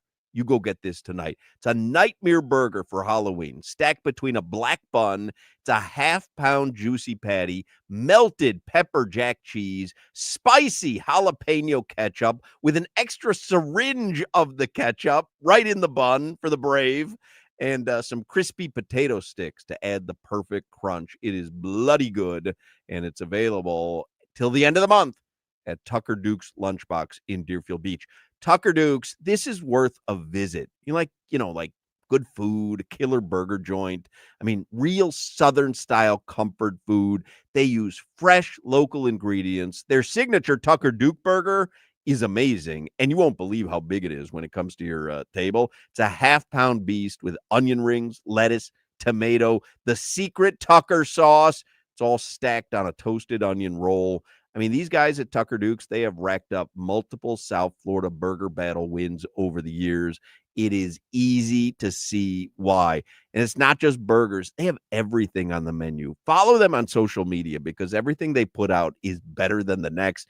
Visit TuckerDukesBurgers.com. That's the website. Or follow Tucker Dukes on Instagram, TikTok, and Facebook. You'll see some of the food that they churn out. I mean, it is ridiculous. It's so great to have a place like this that's convenient because they're on 1101 South Powerline Road in Deerfield Beach. It's convenient because it's the southwest corner of Powerline and 10th. So it's convenient off the Sawgrass. It's convenient from anywhere, really. Tucker Duke's Burgers. TuckerDukesBurgers.com. That's the website. Follow them on social media and make sure you make your way to Tucker Duke's Lunchbox in Deerfield Beach. This is Hoch, Crowder, and Solana. What about FD Florida and FD Sun? How about FU?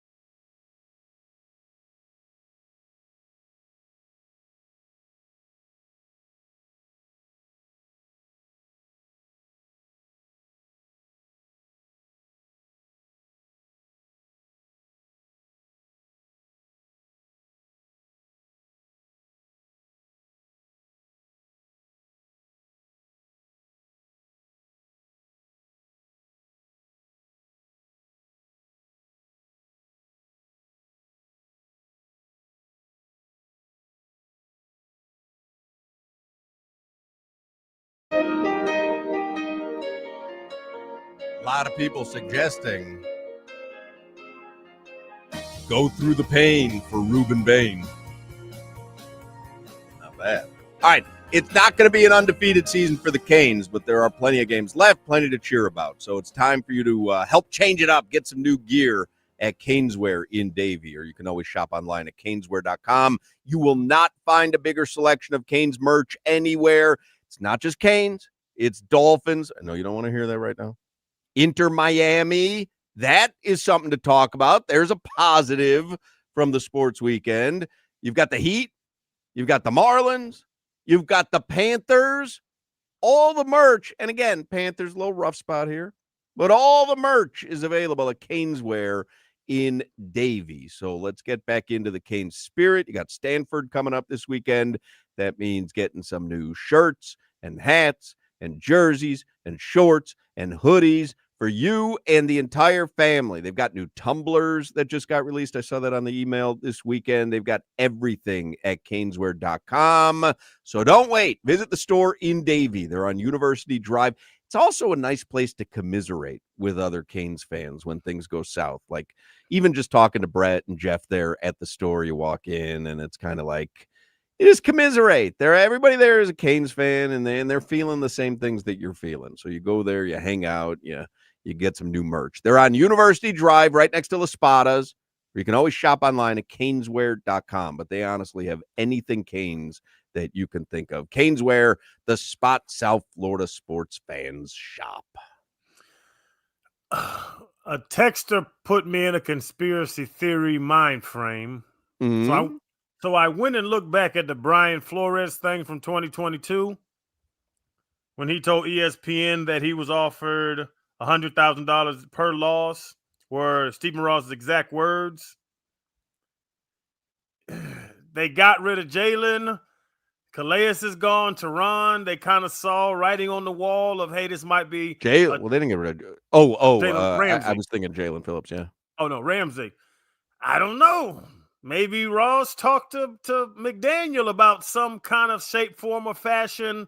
To Solana's point, kind of trying to get the best deal, and now he can't fire him because he's heard too much. Well, listen, I think it would be grander than that. I think the conspiracy, if you want, would be before the season, Stephen Ross, Chris Greer, and Mike McDaniel acknowledging to themselves, but not publicly, we don't have a squad that's going to compete. And so if we're going to, but that would be such a weird thing to acknowledge amongst yourselves after you've just extended Mike McDaniel and given Tua a big contract. So I there's no way. There's no way. It just doesn't add up. It doesn't add up. But to the thing about, everybody calls them naked pictures. For an owner, and this is all out of, Brian Flores, and we're going to find out because this lawsuit's still going on. Something came out in August about it. We'll find out the truth. It'll be in some long-ass paper somebody will have to read it. I'm not. I'm going to get the clip notes. But seems like in that story, Stephen Ross is very open with his coaching staff and his employees about trying to do different things to skirt the system. But we knew back then that they were tanking. Like that it wasn't money? public. That was nonsense. We all know that was nonsense. There's no way he sat down. You have a multi-million-dollar contract. You don't sit down and go, I'm going to pay you $100,000 under the table for you to purposefully lose games. I think we all acknowledged, and I think Stephen Ross even said, it was said in jest, where it was like, oh, I should probably be paying you $100,000 to lose games because you were doing so well. So to think that like there's a formalized plan to lose games, if that was the case, you wouldn't start the season with Tua and Tyreek and Jalen Waddle and Bradley Chubb and Jalen Phillips. All those guys would be inactive or traded. Like, you still had a quality lineup. They haven't done anything, but there's no way that this is some sort of nefarious plan. Not a plan to lose, but just with that precedent being set that he'll joke with his coach, his employee about that. Well, maybe their banter is just he almost like he doesn't want to have a Mike McDaniels be a second Brian Flores in this.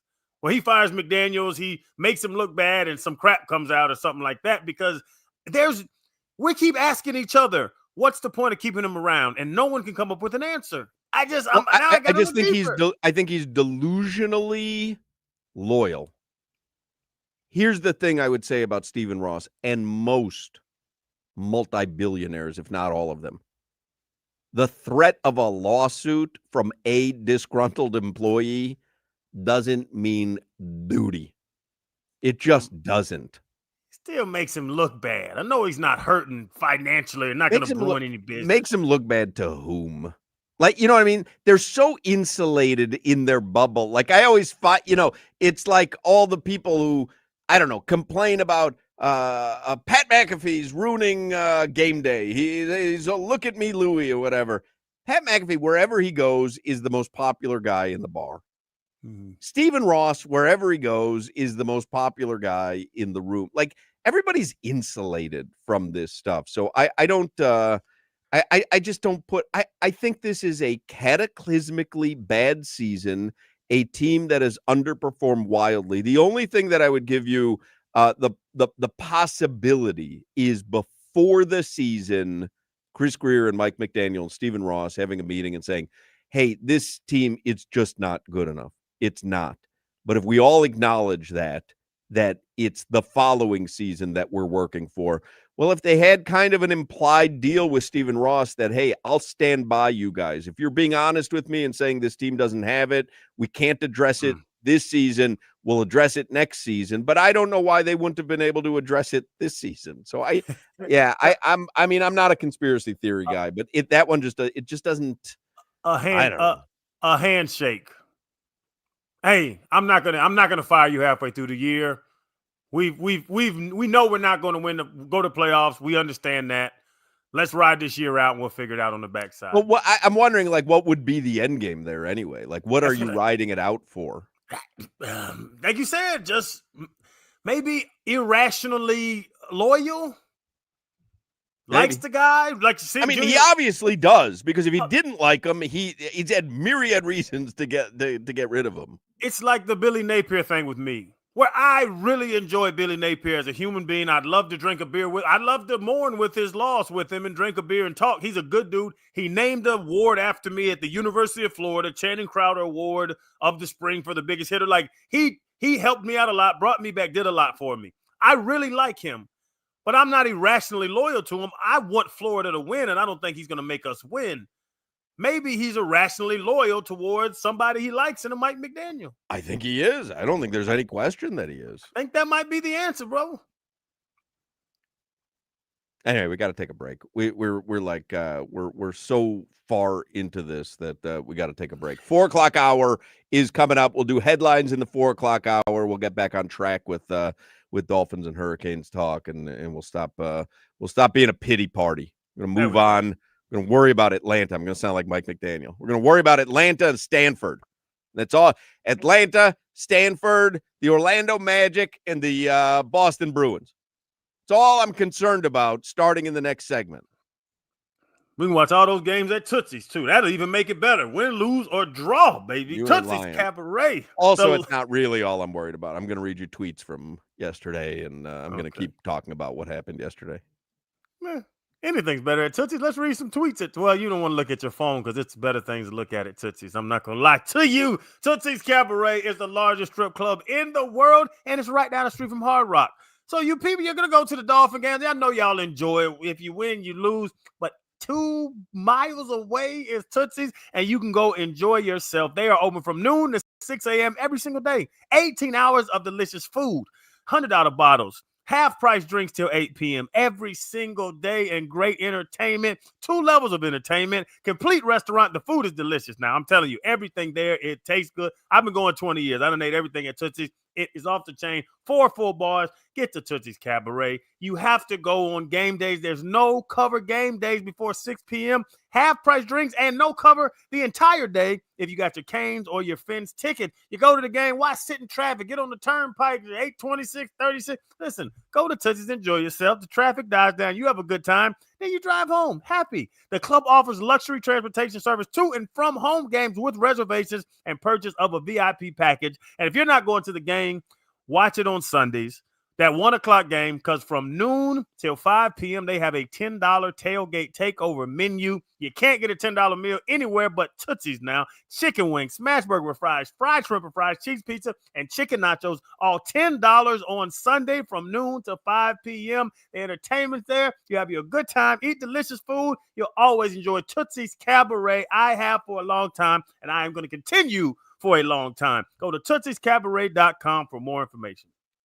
You're listening to the Hoch, Crowder, and Solana Show.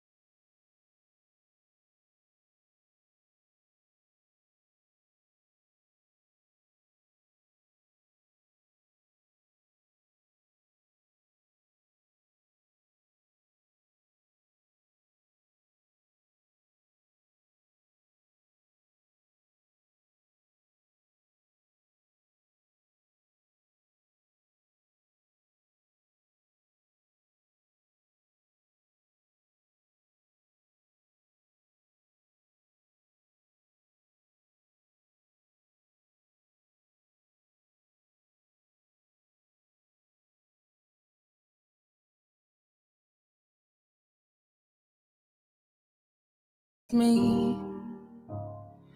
I was wondering if after all these years you'd like to meet. I Go can't do this. over I can't do this week after week. everything. Too depressing. They say the time's Let's bang through supposed some to headlines here for the 4 o'clock hour so we can get back on track. I will tell everyone Rock and Roll Hall of Fame members Rush just announced their 50-something tour, and we've got a chance for you and a guest to win a flyaway to see them at Madison Square Garden in New York City. And the prize includes tickets to the show, round-trip airfare, and a 2-night hotel stay. You can go to WQAM.com to enter the contest. It's a national contest. One other note, the Heat open their season this week. We've got tickets every hour tomorrow for Heat and Knicks on Sunday at the Kaseya Center. So make sure you're listening to Joe Rose in Hollywood tomorrow morning, Tobin and Leroy in the middays, us in the afternoons for your chance to win tickets every single hour for the Miami Heat right here on the radio home for your Miami Heat, 104.3 FM WQAM. Did you know, Crowder and Solana, that I don't know if you saw the extension that Kevin Durant signed, Crowder, over the weekend. With that extension, Kevin Durant now has, according to Shams Charania, the highest career earnings in NBA history. Wow. Passing LeBron. KD is now at $598.2 million. LeBron is at $583.9 million. You're going to have to unmute your mic, Crowder, if you want to participate. Okay. I'm here.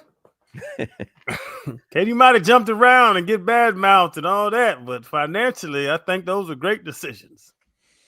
Pretty staggering how much money he's made and how much success he's had in the NBA. Yeah. But he's talked about as a guy where you question it's a very strange existence that Kevin Durant must have, because he's a 2-time champion. He's the highest earning. I mean, he's a freak of nature. We'd never see, probably will never see someone like him again.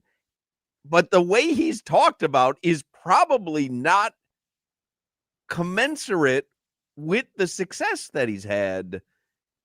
You know what? It's a complete aside, because I was just thinking this as I was saying this, because I texted this to Whittingham and Appel yesterday.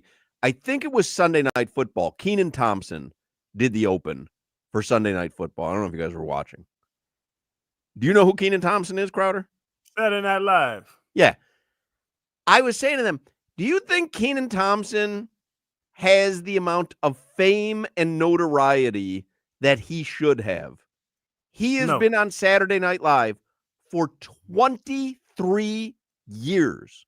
He's had sitcoms on NBC. He was on Nickelodeon, of course, Keenan when and he Kel was when he is was a how kid. I know him. Yeah, All that. He has been, though, on Saturday Night Live. That's network television.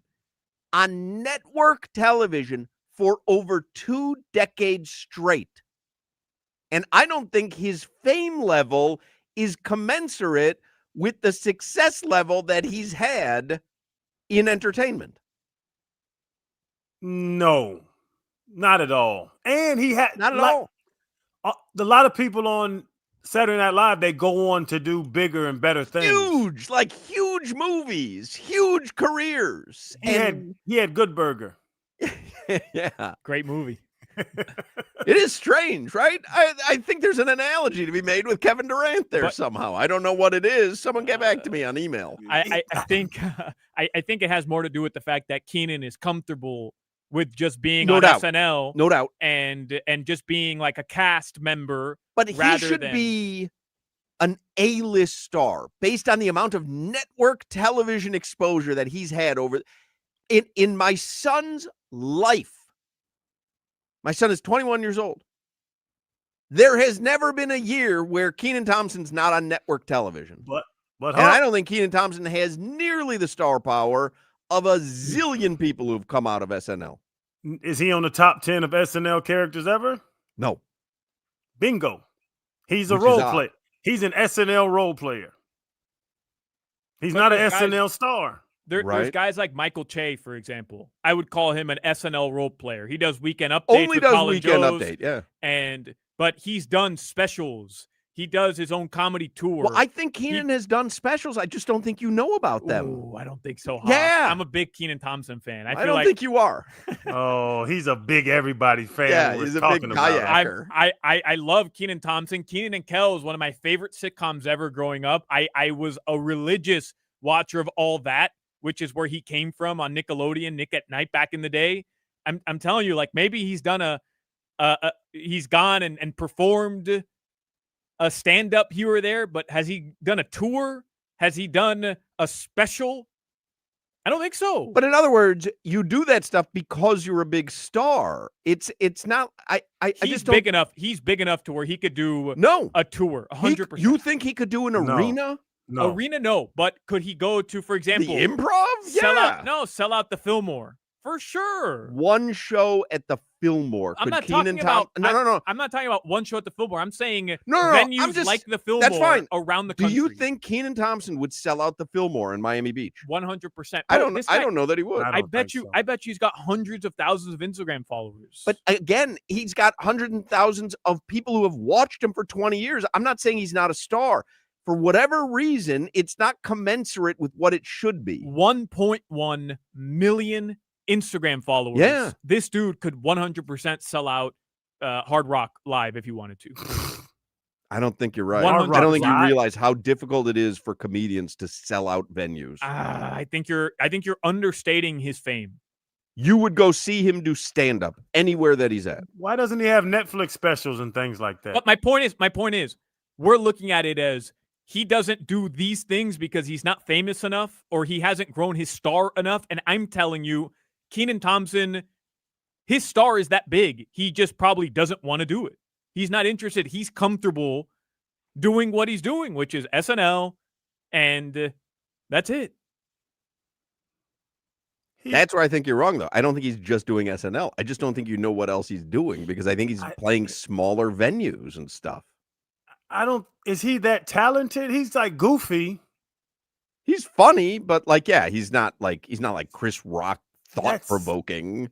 Yeah, like Kevin Hart. Like it is in movie. He's in like Heavyweights and things like that. Like he's a goofy co-star.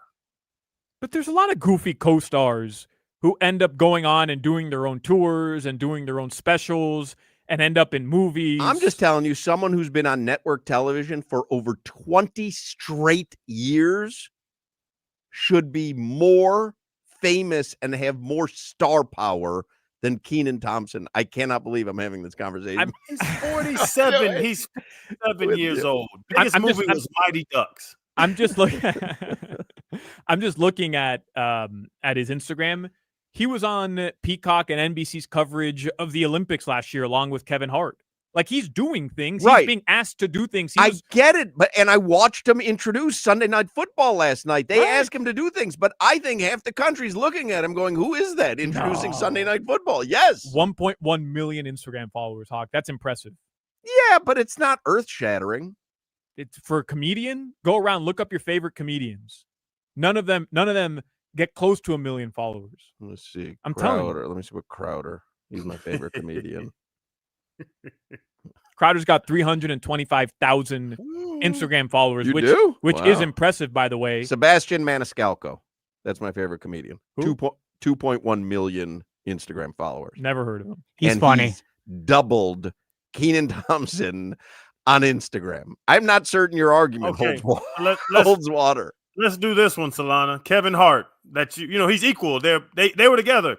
176 million followers. My point is, Kenan Thompson, if he wanted to, could be doing what Kevin Hart has done. I'm not saying he can be Kevin Hart, but he could be doing the same type of things that Kevin Hart has done, which is million Instagram. which Bro, is Kevin Hart sold out the not Barclays. not turning down any opportunity, any check. And I don't think you Keenan think Thompson, Keenan Thompson is turning down opportunities and checks. a man You of think integrity. they offered Keenan Thompson a role in Black Panther as Black Panther? They wanted him to be Black Panther, and he said, "Nah. Give that to old Bowman." Keenan Thompson is turning down checks. You know why? Because the checks from Nickelodeon are still cashing as well. Yeah, the Instagram thing sounded good when it came out of your mouth, but now that I'm checking other comedians, he's so woefully behind them, and he's been on network television for 20 years. I looked up his net worth, thinking this guy's made some good investments. He's probably close to 100 million, so he's worth $9 to $13 million. Yeah, I think he's on my level. Me and Hoch should be doing the improv, man. Big bank takes little bank. We got him. Marcos is texting me. He says Keenan Thompson could sell out an improv weekend, not a Hard Rock Live weekend. What does he know? As of now, he leverages his name in a Keenan Presents manner to have local talent on a showcase with his name on it. So what are you saying? He's not funny? No, I think he's really funny. I don't think his fame is commensurate with the amount of exposure that he's had. And I don't know what the disconnect is. This is the most bizarre conversation to be having after the Dolphins, Hurricanes, Panthers. But I don't think his fame is where it should be. And I don't know why. Why don't people love Keenan Thompson? Can we give DBJ, welcome to Good Burger, home of the Good Burger? Yes. Can I take your order? 100%. 100%. Put that down. That's a good one. I feel like we gave that to him once. He's not a comedian. Like, he doesn't have a set. He's not an actor. Like, Well, he I doesn't think have. he does have a set, though. No, Marcos just said he does presents. He introduces Right, because I think other he's been comedians. honing his set for 25 years. He's not a great actor. He doesn't have range as an actor. He's an ad-lib guy. Like, he can do. He is perfectly made for Saturday Night Live. Anyway, let's get to. Did I introduce headlines already? I don't know what I did. Oh, I we're don't know, but talking how about about KD. this? Oh, yeah, KD. How about this? I'd like to revisit that Kevin Durant conversation, by the way, because I do think there's an interesting thing where we do with athletes where it's like title or bust. And Kevin But he's Durant got two of them. Kevin Durant, yeah, but nobody respects the titles because But that's crazy because it's titles or bust. Except now we need to respect your title. What? Yeah, but Kevin Durant might be, I'm not kidding, the most unique NBA player we've ever seen. And when you're just talking about the greatest of all time without legacy, I'm just talking greatest players to step on a basketball court. Someone, when you say greatest player, someone who could do more than anyone else could do. I'm not saying legacy. I know Jordan, 6 championship appearances, 6 rings. I'm saying you're building a team and you just want the most talented players ever. Michael Jordan's on that list. LeBron James is on that list. Magic Johnson's on that list. Kevin Durant's on that list. He should be. People don't consider him a winner, and they think he Which lacks, is crazy. He's got 2 championships. Yeah, and they think he lacks, the mental fortitude of a champion. Which is crazy. He's got 2 championships. And he was the best player playing alongside Steph Curry on those championships. Right. He's not likable. Well, that's part of it. That's what it is. He doesn't.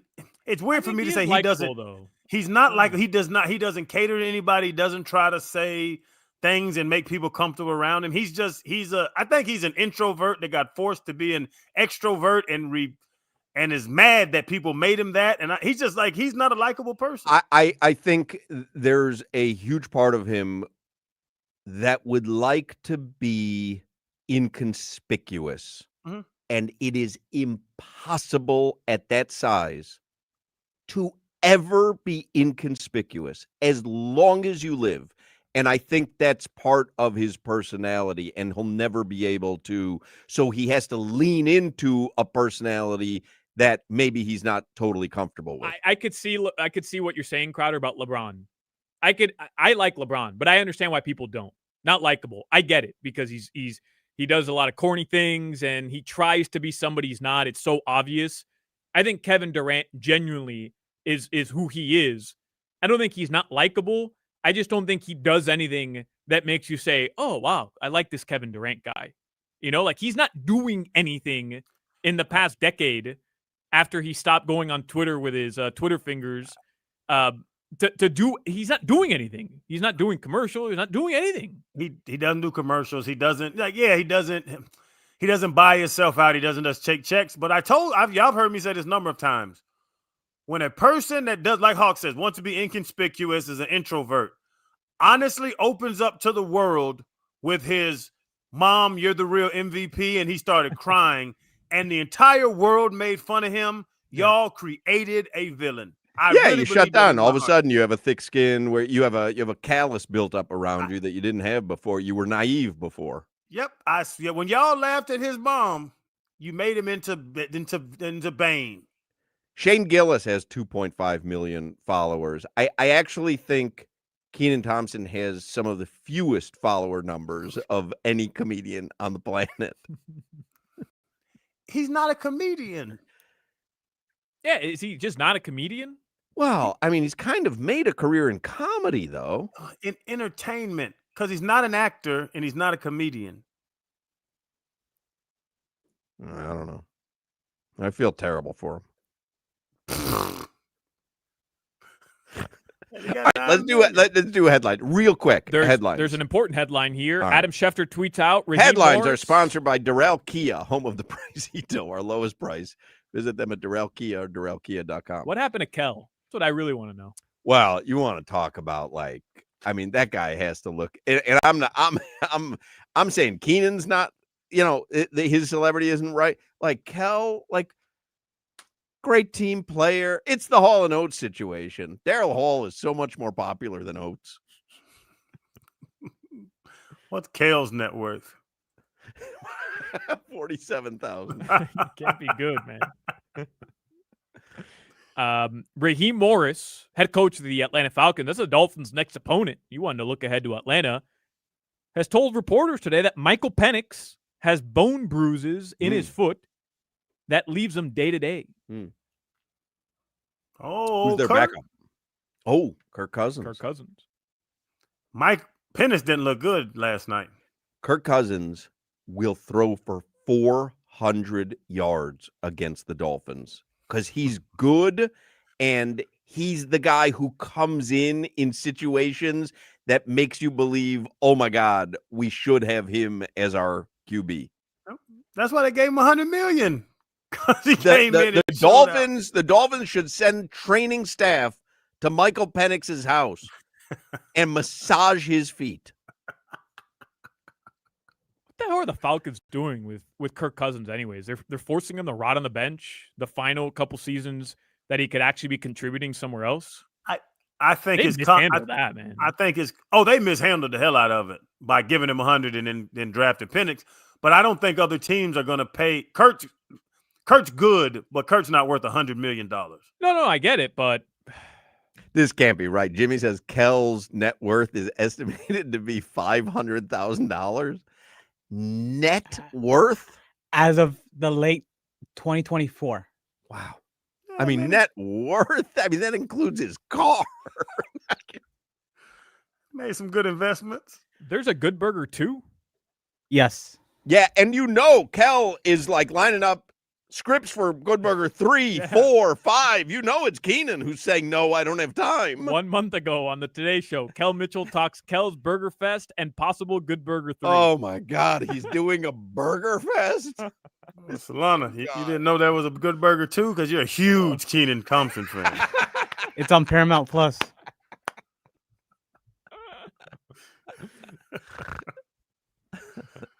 All right, what else? Anything else? Mike McDaniel, in case you missed it, spoke today. Said, despite after the loss yesterday, saying everything's on the table. Well, benching Tua is not apparently because that's off the table. It was on the table for 3 hours, and now it's off the table. And the Miami Hurricanes dropped to number 9 in the AP poll. The Panthers play tomorrow. They're on a 4-game losing skid. They lost to Buffalo. They got shut out Saturday. They close out their 5-game road trip in Boston. That's on ESPN tomorrow, by the way. That goes up against NBA opening night. And the Heat play Wednesday, preseason game. The Florida Gators fired Billy Napier. And Leo Messi did lock up the Golden Boot. First time he does that with MLS. 29 goals in 28 regular season matches. He also had a league-high 19 assists. Inter Miami finished as the 3rd seed in the Eastern Conference, just 1 point back of the 1st and 2nd seed. They clinch home field advantage for the first round. They play Nashville in a best-of-3 series. Game 1 is Friday night at Chase Stadium. All right. I know we're up against it, but quick reaction to Shohei Ohtani. People are arguing it's maybe the greatest performance in a baseball game in the history of baseball. That's crazy. That's video game stuff. It was nuts. 10 Ks, 3 home runs in the postseason, not just a regular season game. Unbelievable. To clinch the pennant. What these guys, what LA fans get to witness on a day in, day out basis with that guy on the team is just remarkable. Your weather, sponsored by Chill Zone AC, featuring reliable Root AC systems. Make your AC great again. Visit chillzoneac.com. He's why I got that Dodgers jersey, that game-worn Dodgers jersey. Isn't it his? It's his, yeah. Yeah. You have a Shohei game-worn jersey? I do. Wow. What? Hawk, it would be down to your knees. What are you talking about? You and Shohei are the same size. Well, yeah. I think we're probably. I was in Japan. I was there. I went there on vacation. I was probably a big guy there. You gave Shohei a call. Y'all hung out. Hoch was Shohei's bookie for the past 2 years. That's why he went over there. Okay. Hoch just reprimanded me in the previous hour for looking outside to do the weather. But this is why I do it, because I give you up-to-date, up-to-the-minute accuracy with my weather reports. According to my app, partly cloudy. And Hoch, as you look outside, it's raining right now. So watch out for rain, South Florida. All right. That's your weather. All right, very good. Cheetah Pompano, great spot to watch a game or a fight. They got HD TVs throughout the club and VIP areas, 4 stages of entertainment, the most beautiful ladies in South Florida. I had lunch there on Friday. I always tell you about the free lunch at Cheetah. They have a free lunch at Cheetah Pompano from 11:30 till 3 every day. And I'm telling you, people can't, they don't realize.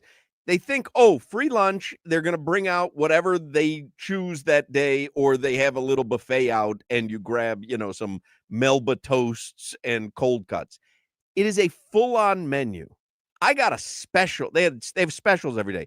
I had rice with shrimp and with coconut sauce, vegetables. Barney was with me. He got a Caesar salad with chicken, but they have everything on the menu. And again, there's entertainment as well for your lunch, but the lunch is 100% free, and it's every day at Cheetah Pompano. Thank you to everyone at Cheetah Pompano who was so gracious while we were there. Of course, you've got football tonight. What's better than football, girls, and beer? Every NFL Sunday and Monday night, enjoy, and there's a doubleheader tonight, enjoy hundreds and 2 games. Hey-o. That's a funny joke. That's a funny Cheetah joke.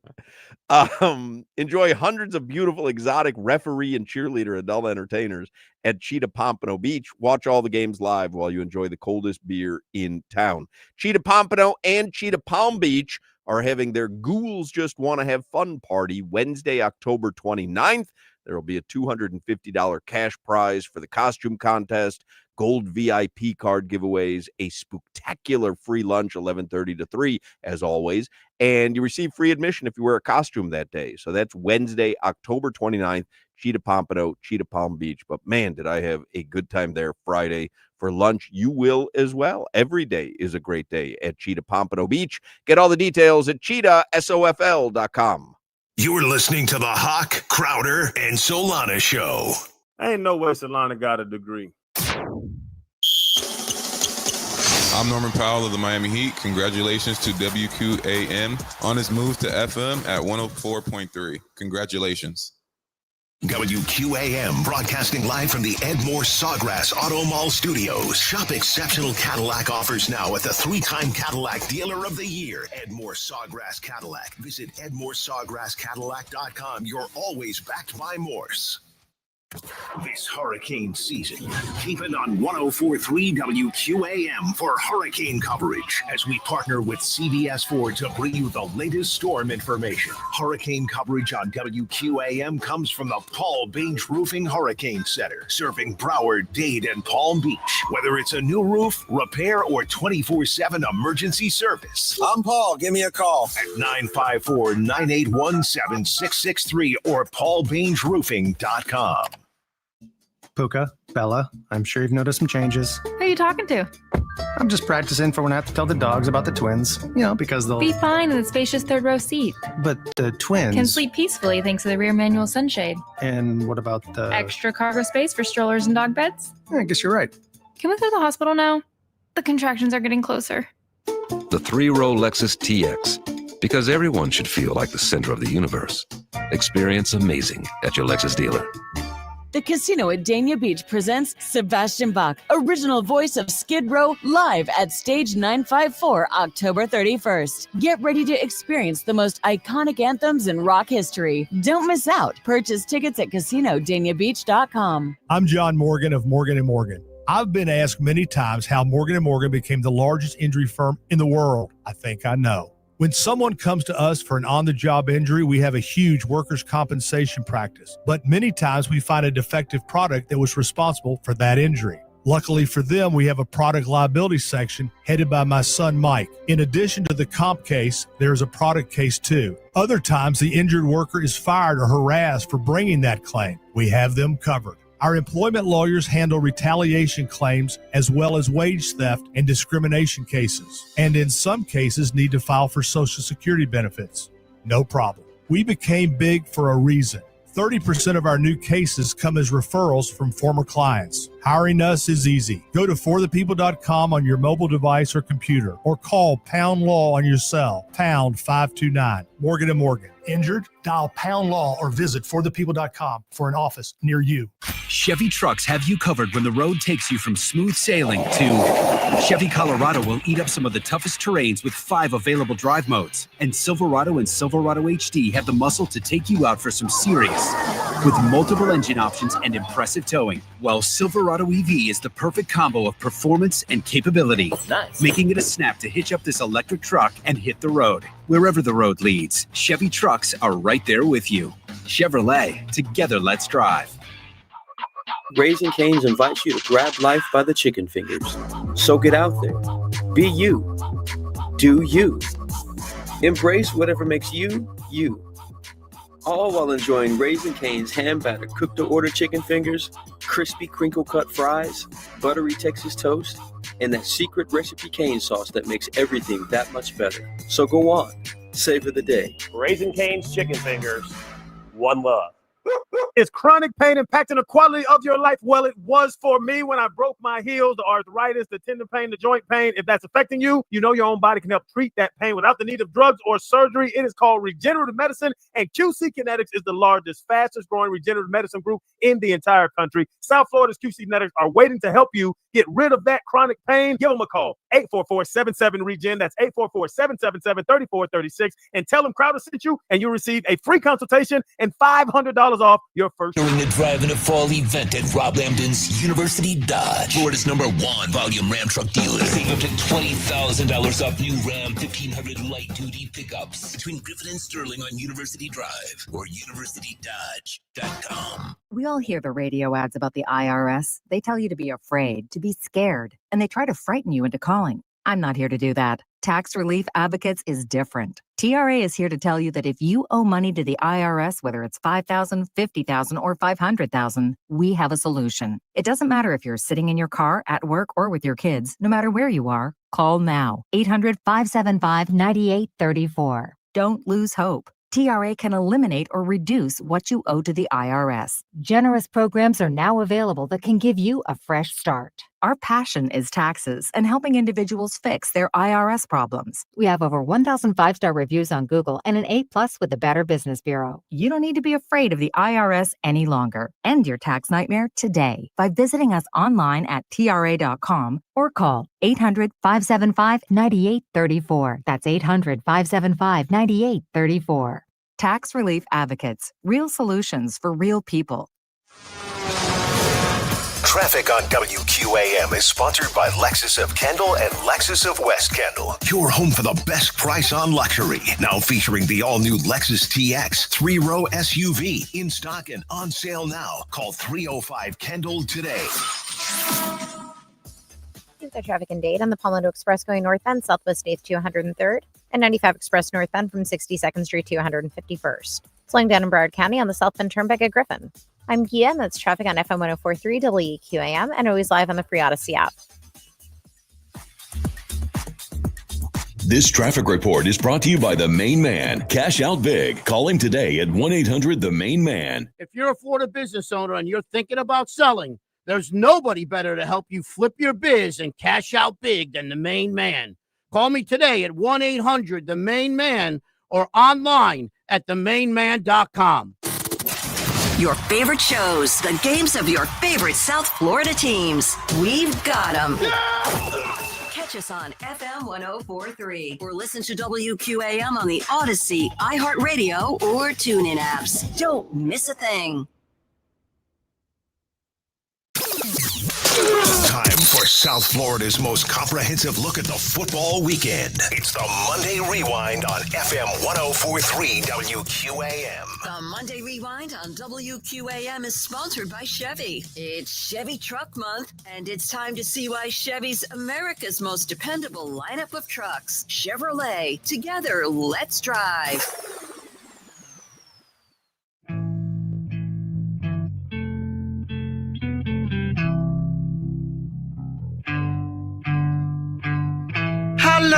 How long will I slide?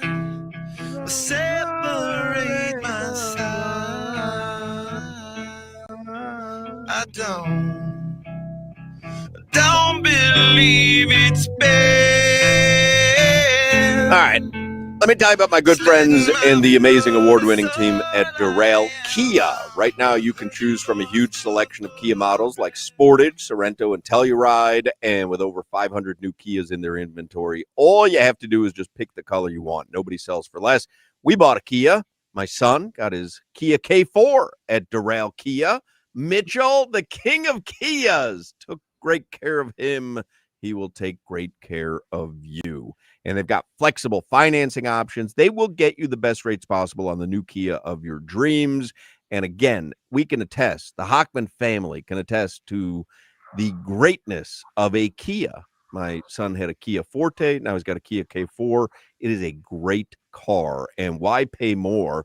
You can save money and pay less at Doral Kia. Would you like some letter grades? I'm just gonna give you a couple of letter grades from the Dolphins, from Hal Habib in the Palm Beach Post. Quarterback. You want GHIJK. I mean, anything after an F. And he gives him an F. A week after calling out teammates, Tua Tagovailoa fumbled 3 times, although he didn't lose any of them. When the Dolphins desperately needed a spark, he threw a pick 6 on a too-high pass to Devon Achane. He essentially added a second pick 6 later and finished with 3 interceptions. He was benched in the fourth quarter, giving way to rookie Quinn Ewers. The grade is an F. Coaching from the Palm Beach Post, also an F. Yeah. Mm-hmm. It was sloppy, disjointed, a Dolphins team against a team that also entered the game at 1-5. This team was not prepared to play. That in itself is shocking, but I believe true. There were a couple other grades. The only one I'll read you is receivers. What would you give the receivers? An F. I would give them an F as well. Hal was a little bit more generous than I would have been. He gave them a D. He said the Dolphins need Jalen Waddle to step up with Tyreek Hill out. Series after series went by with him invisible.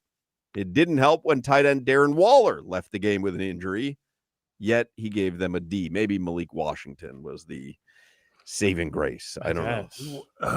The Darren Waller thing, we talked about it when they signed him. He's old. He took a year off. This was inevitable. I didn't know it was going to be potentially season ending, but he's week to week is what I read. Yeah, week to week. It wasn't. There was no full tear of the pectoral muscle. Looks like it's a strain. But that's what kept him out at the beginning of the season, right? The pec? That was a hip. I thought it was a hip injury. Oh, it was? I Yeah, thought it yeah. was pectoral. No. Well, maybe at the very, very beginning, but what he missed the first 3 weeks of the season was his hip. Oh, I didn't realize that. I He thought it was came- pectoral. He came in with is some lower body, because I remember us talking about like the compensation. Then it went hip, and now it's pec. He's old, man. He's old. Yeah. McDaniel said he'll likely miss the next 2 games. What else has McDaniel said? Anything that anyone wants to hear? Mm-mm. Christ almighty. He could turn the play calling over to somebody. That gives you a little 2-week leeway. I mean, what on earth would he do if he wasn't calling the plays? I'm not even kidding. Like, what is his value to the team if he's not calling plays? You know what? I am speechless, which is bad for his coaching. I mean, literally, like, what, morale booster? Like, he's the last guy. Like, again, I like Mike McDaniel a lot. As a person. He has zero value to the team if he's not calling the offense. It's the leadership thing we talked about. We questioned in the summer. Coaches and players. Now, give me either one, any three of y'all. Give me a player you literally walk into a fire with. Right. I mean, that's the problem. That's the problem. But here's the thing. You know, sometimes you go into a season, you know you've got a loser roster, you know that it's, dead man walking or whatever. And again, I know there are people who are texting the show at the beginning of the show. Oh, we knew this. You're the only one who didn't know it. Nah, no one knew this. No one knew this. No one knew what happened yesterday was even on the table. No. And so you could have had all the ill thoughts that you had about the Dolphins. No one saw this kind of regression from 2023 to 2024 to now 2025. And then within its own season itself, no one saw the game that happened in Cleveland yesterday happen. They're the worst team. If it wasn't because the Jets are literally maybe the worst team ever assembled, they're the worst team in the NFL. Oh, without question. I mean, nobody saw that. I thought this team had major holds. But to this bad, Crowder, I mean... So Hawk, you were way more optimistic than Solana and myself. Mm-hmm. I was squirreling because I was saying, it's going to be high-scoring games. I don't think the secondary is going to hold up, but the front seven is going to be good. So I was making bright points in my mind. You told me that they're going to be 1-6 and lose to Carolina and Cleveland. I would have bet you money. I'd have lost all my money if you made that bet with me. And score 6 points. Did I read something that Tua's thrown 1 touchdown in like the last 5 games? Is that correct? I don't even. I may have misread that. He has 10 interceptions and 11 touchdowns right now. I'd have to look it up, but no, because he had the game-winning touchdown pass last week. He had the touchdown pass in Carolina to Jalen Waddle as well. But Hawk, to your point about Mike McDaniel. And I genuinely do like Mike. And I think with a good enough roster, he could be a head coach. You guys know I haven't necessarily bought into the whole leadership thing as much as other people. And I'm clearly wrong. I'm telling you, I'm clearly wrong because yesterday, 11 penalties. You can't defend that. At this stage of the game, you can't defend that. That's clearly a team that's just not disciplined. That resembles the head coach. He's 10-21 on the road as a head coach. 11-20 in his last 31 games. You know what that takes you back to? Tennessee, Monday Night Football against the Dolphins. Since they lost that game, they're 11-20 overall. And with the loss yesterday, he's 29-29, which is exactly 500 in the regular season overall, and 29-31, which includes 0-2 in the playoffs.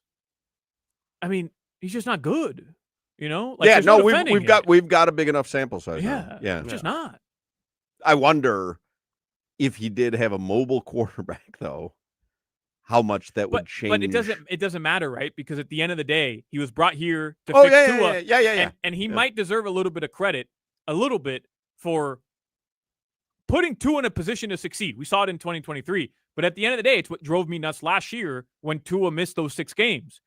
I don't care who's out there. Your job as the coach is to maximize your roster. And I get it. You can't make Tim Boyle, Skylar Thompson, and Snoop Huntley look like Super Bowl caliber players. But you can at least over 4 games or 6 games have some direction on the offense. And there was 0 progress made. And I think that's what he's struggling with right now. His scheme's not working. And what he wants to do is not working. But as OG has been saying for years, they don't have another plan.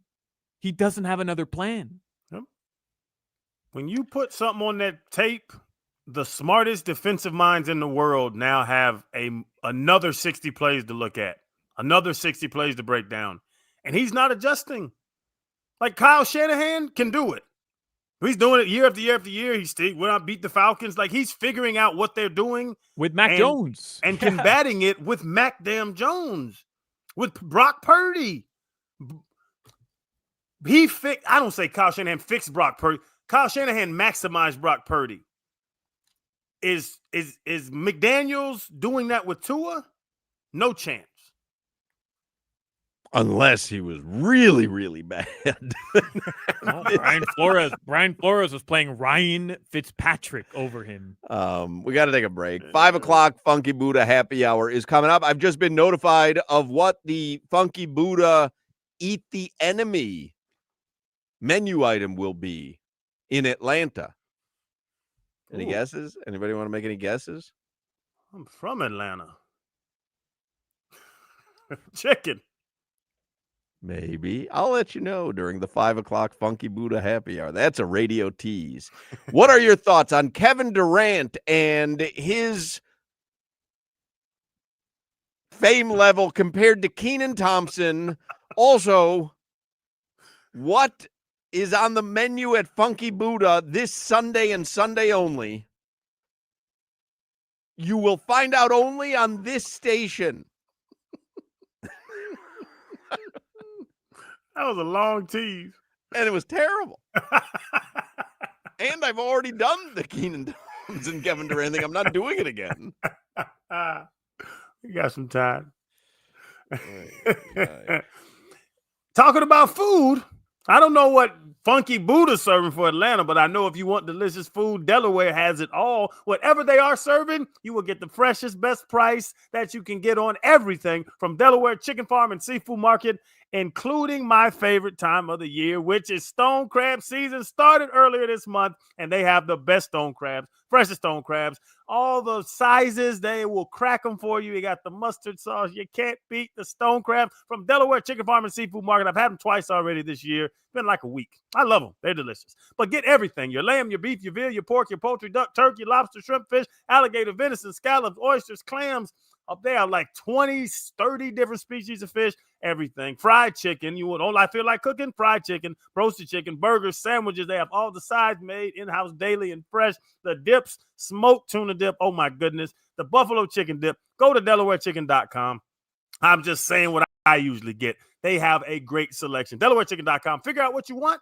When you figure out what you want, call them in advance at 954-983-6831. That's 954-983-6831. Place your order. It'll be packaged ready when you get there. Curbside delivery is available. My man Jose, the owner, he's there all the time. His amazing staff's been there for decades. That's why you support local. You know the people that are serving. You know the people bringing the food out to your car. Y'all got to get down to Delaware Chicken Farm and Seafood Market. You need yacht provisions? Get the best for your yacht. You got a yacht already? Get the best food for your yacht, and that's at Delaware. They are located on 441, 1 block south of Sterling Road. And when y'all get down there, tell them Crowder sent you.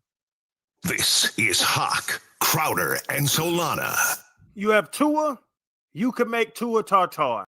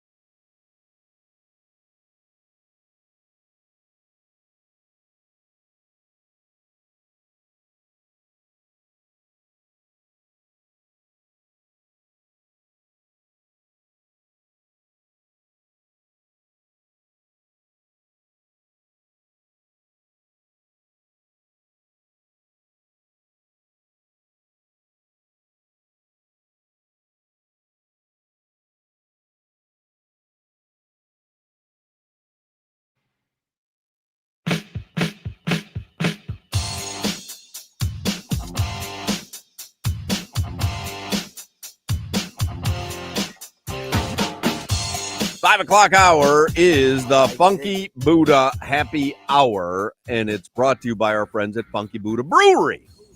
Now, there is a lot going on at Funky Buddha. Tonight, you can watch a Monday Night Football doubleheader, and just as important, if not more important, Dan Day hosts trivia on Monday nights at Funky Buddha, the tap room in Oakland Park. So make sure you head on out there tonight. Give yourself a little extra time in case it's raining. Tomorrow night at Funky Buddha in Oakland Park. What is it, Crowder? What is tomorrow night at Funky Buddha Tap Room? So, opportunity to watch the Brad Marchand return game. You are so on your game. The official Panthers watch party is tomorrow night at Funky Buddha. Brad Marchand back in Boston. You can watch it at Funky Buddha with a ton of Panthers fans, a bunch of giveaways, special guest appearances. That's tomorrow night. Halloween is going on at the tap room. They've got sticky treats on tap. That is a great beer. We're going to watch the Dolphins-Ravens game together. All of us. Everyone but Solana. But all of us, Appel, me, you, Jimmy, we're going to be at Funky Buddha on the 30th for Thursday Night Football. Come out and make fun of the Dolphins with us. We are going to laugh our asses off like it's an episode of The Office. We're going to have more fun than you could ever imagine. We're all going to watch Thursday Night Football together. So, for Dolphins games, they have, all the beers on tap and $4 pregame Pilsner pours and pitcher specials, food specials. But they do Eat Your Enemy, where Chef Jeff brings a popular dish from the opponent's city. This Sunday, they're in Atlanta. What do you think Chef Jeff has in store for football fans for the Eat Your Enemy special? Has to be some kind of soul food. Got to be chicken. You're halfway there.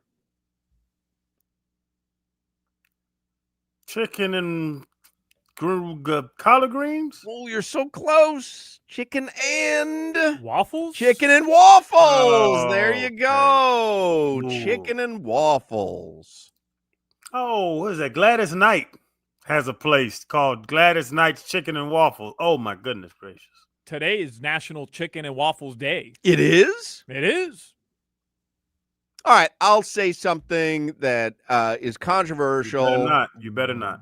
Don't do it. And I know this sounds white. What is the fascination with the combination of chicken and waffles? The sweet and the savory. Boom. But I don't know. Do you want sweet and savory when you're having an entree? Yeah. Like, in other words, if you're having a steak, you don't say to yourself, you know what? I need something sweet as well. No, because you don't need sweet with heavy red meat, but a good chicken, good fried chicken with the waffle, and then the syrup goes with the chicken as well. Oh, I'm not telling you I don't like it. I just don't understand the genesis. I don't understand who put that together. It's like salted chocolate. I don't want salted Skittles, but I like salted chocolate. Right. I don't understand the appeal of the salted caramel and the salted chocolates. I don't get that. The mouth explosion.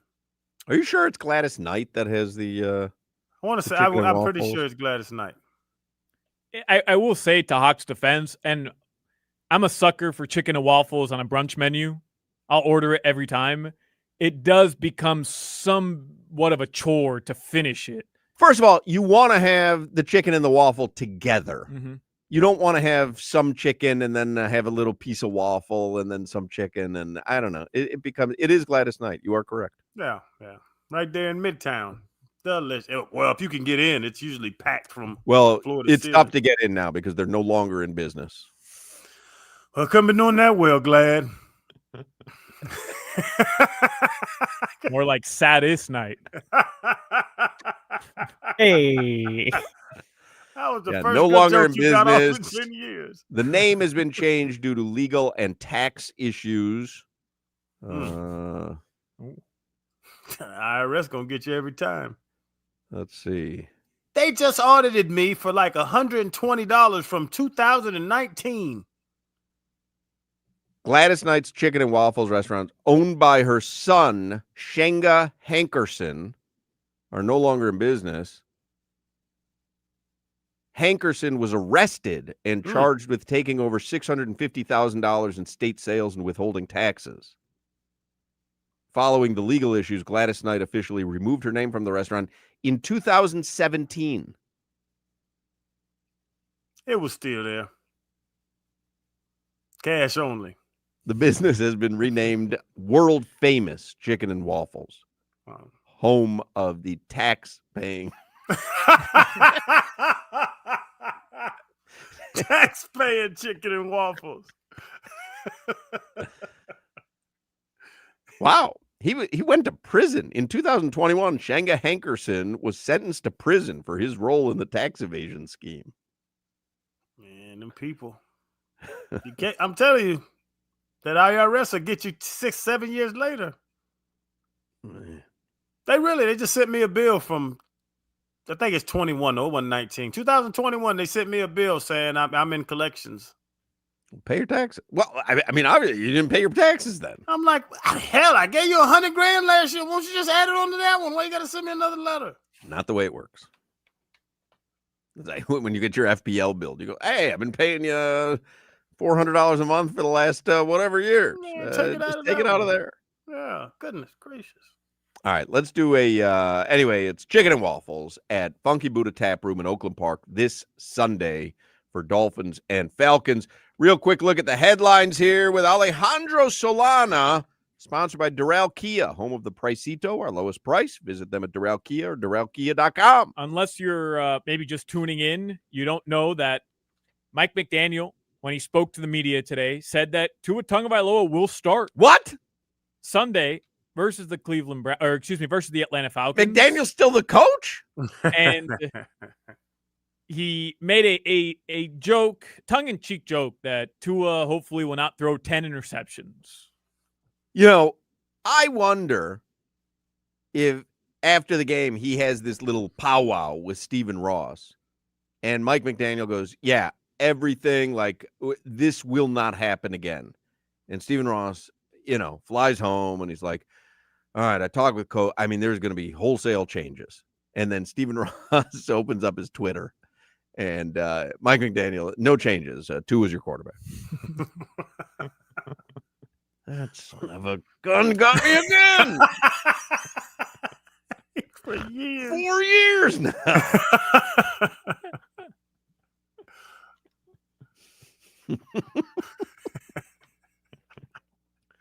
Keep buying it from this guy. Tough one. Because you think, like, they had the powwow, we know, after the game. Do you think if Mike McDaniel said to him, here's what we're going to do for the Atlanta game, nothing different? Do you think Stephen Ross was I like that plan, and you have my wholesale endorsement? No, that's not how it goes. But if you're not going to change the quarterback, what change are you making? More film. Players only meetings. Come on, Players now. only meeting. More film. More film watching. He probably successfully to Stephen Ross explains to him everything that went wrong and why it went wrong. And Stephen said, oh, okay, I could see that. And then they part ways. Why did he throw 3 interceptions? Oh, okay, on the first one, the pressure was, but they have to slide their protection. He just talks football with him. Right. Stephen Ross doesn't know what's going on. Rainy, slippery ball. Yeah. You see, he dropped it a couple times in the first quarter. The midges, Stephen, the midges. The midges. There was Yeah. a big midge infestation, and I don't know what a midge is. I had never heard of a midge. Huh?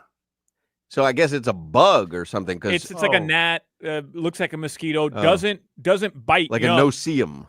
Like a no-see-um. But you see these. The no-see-ums you don't see. These you see. They look like gnats. They look like mosquitoes. But unlike mosquitoes, I dove deep into this because Joe Shad was all over Yeah, it. he was saying that there's a midge infestation at the stadium. They don't bite you. They're not like mosquitoes that can bite you, but they swarm. Mosquitoes kind of go off on their own. I don't like anything that swarms around me. That's like one of my deal breakers. Anything that swarms around me, I don't like. So the Browns practice in midges, and we couldn't have midge reenactments, so we weren't ready?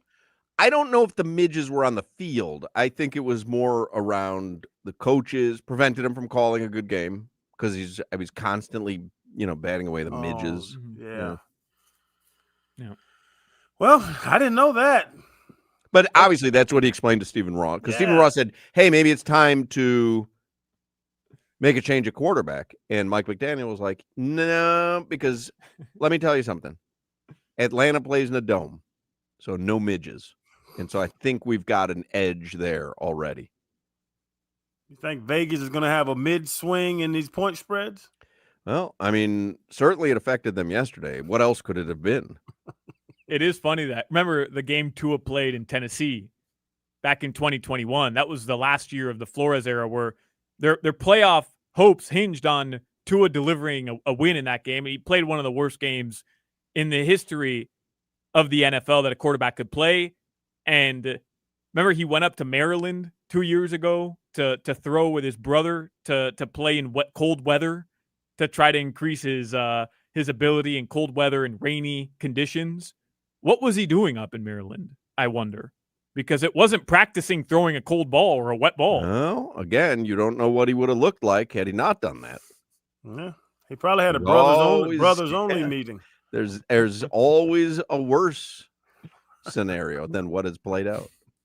Bill Cowher on CBS, I don't know if you saw what he said. Bill Cowher said the second half of that game, they looked almost disinterested. Mm-hmm. They looked deflated. They looked almost there was nothing left in the tank. They almost disengaged. I'm just talking about the way I saw it.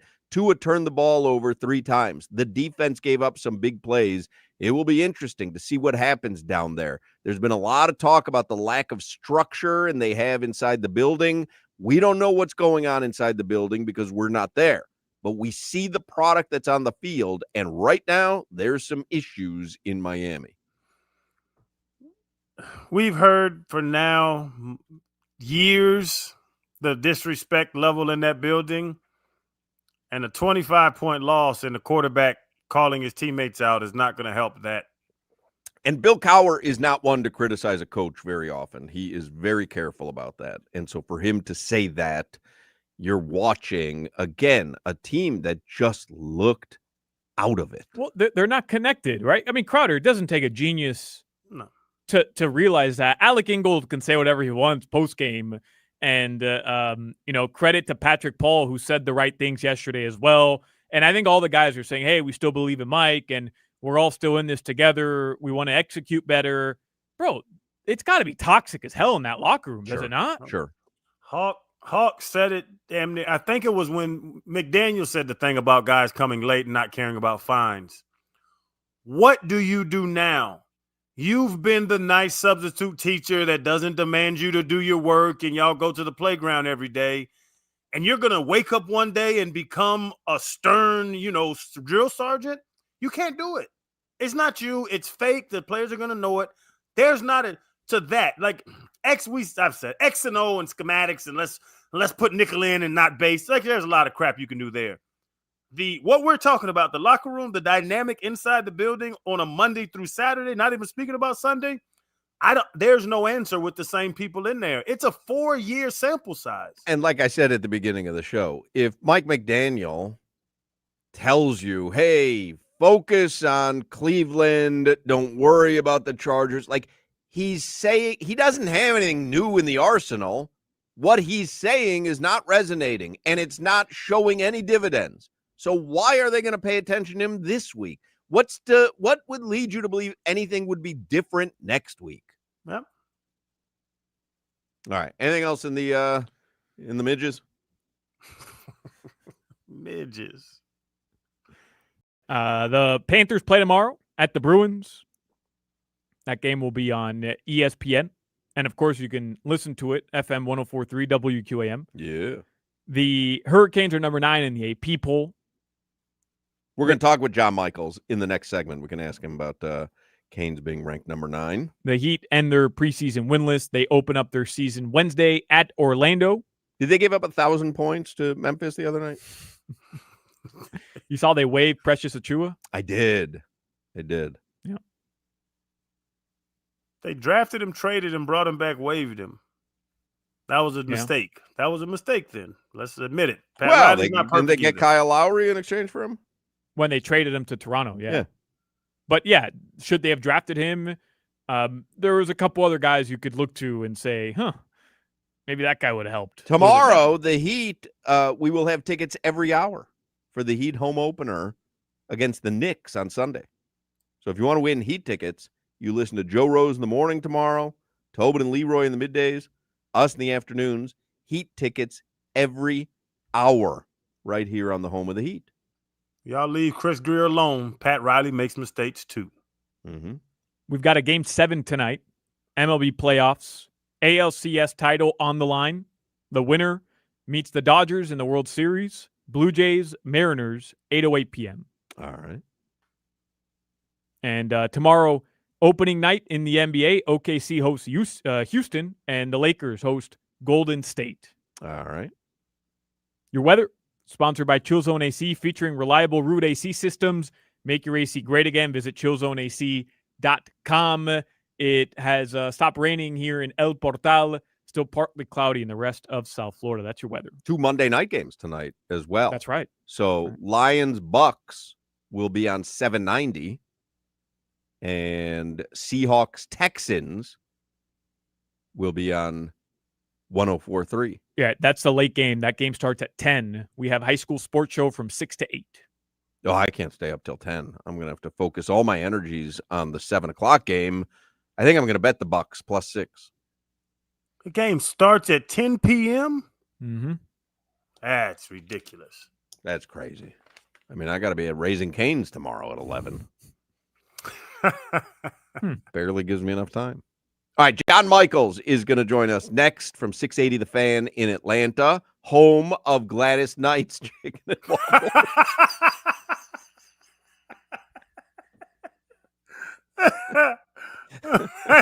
A little tax evasion ain't never hurt nobody, Hawk. Let me talk about Atlantic Men's Clinic first. I'm a believer. Another summer over, by the way. Maybe you notice your energy is lower and your workouts aren't as productive and you're not sleeping great and you feel that brain fog. Maybe even your sex drive is off. If you're experiencing some or all of those symptoms, you might have low testosterone. And if that's what's going on, don't wait. Call Atlantic Men's Clinic today. Get treated for your low T. Living with low testosterone is no way to live. I'm speaking about the difference. I can attest to it. Atlantic Men's Clinic, they're the experts in treating low testosterone and other men's sexual health conditions. Low T causes a lot of problems. And if you're like the many men who are low T, within just a few weeks of getting treated, you're going to feel your energy return, the brain fog go away, your sleep improve, your workouts improve, your sex drive becomes significantly enhanced as well. So go to AtlanticMen'sClinic.com. You can get all the info right there. You can schedule a consult. They do your lab work. They have your results within 30 minutes. A Florida licensed medical provider will review your results with you and discuss your options. So Atlantic Men's Clinic, and most men wait a year or longer. There's no need to wait. There's 7 locations now in South Florida, including their new office in Hollywood. So call them 877-455-7300, 877-455-7300, or visit AtlanticMen'sClinic.com. This is Hoch, Crowder, and Solana. Jimmy, you know how to make a hot tea? No, I do not.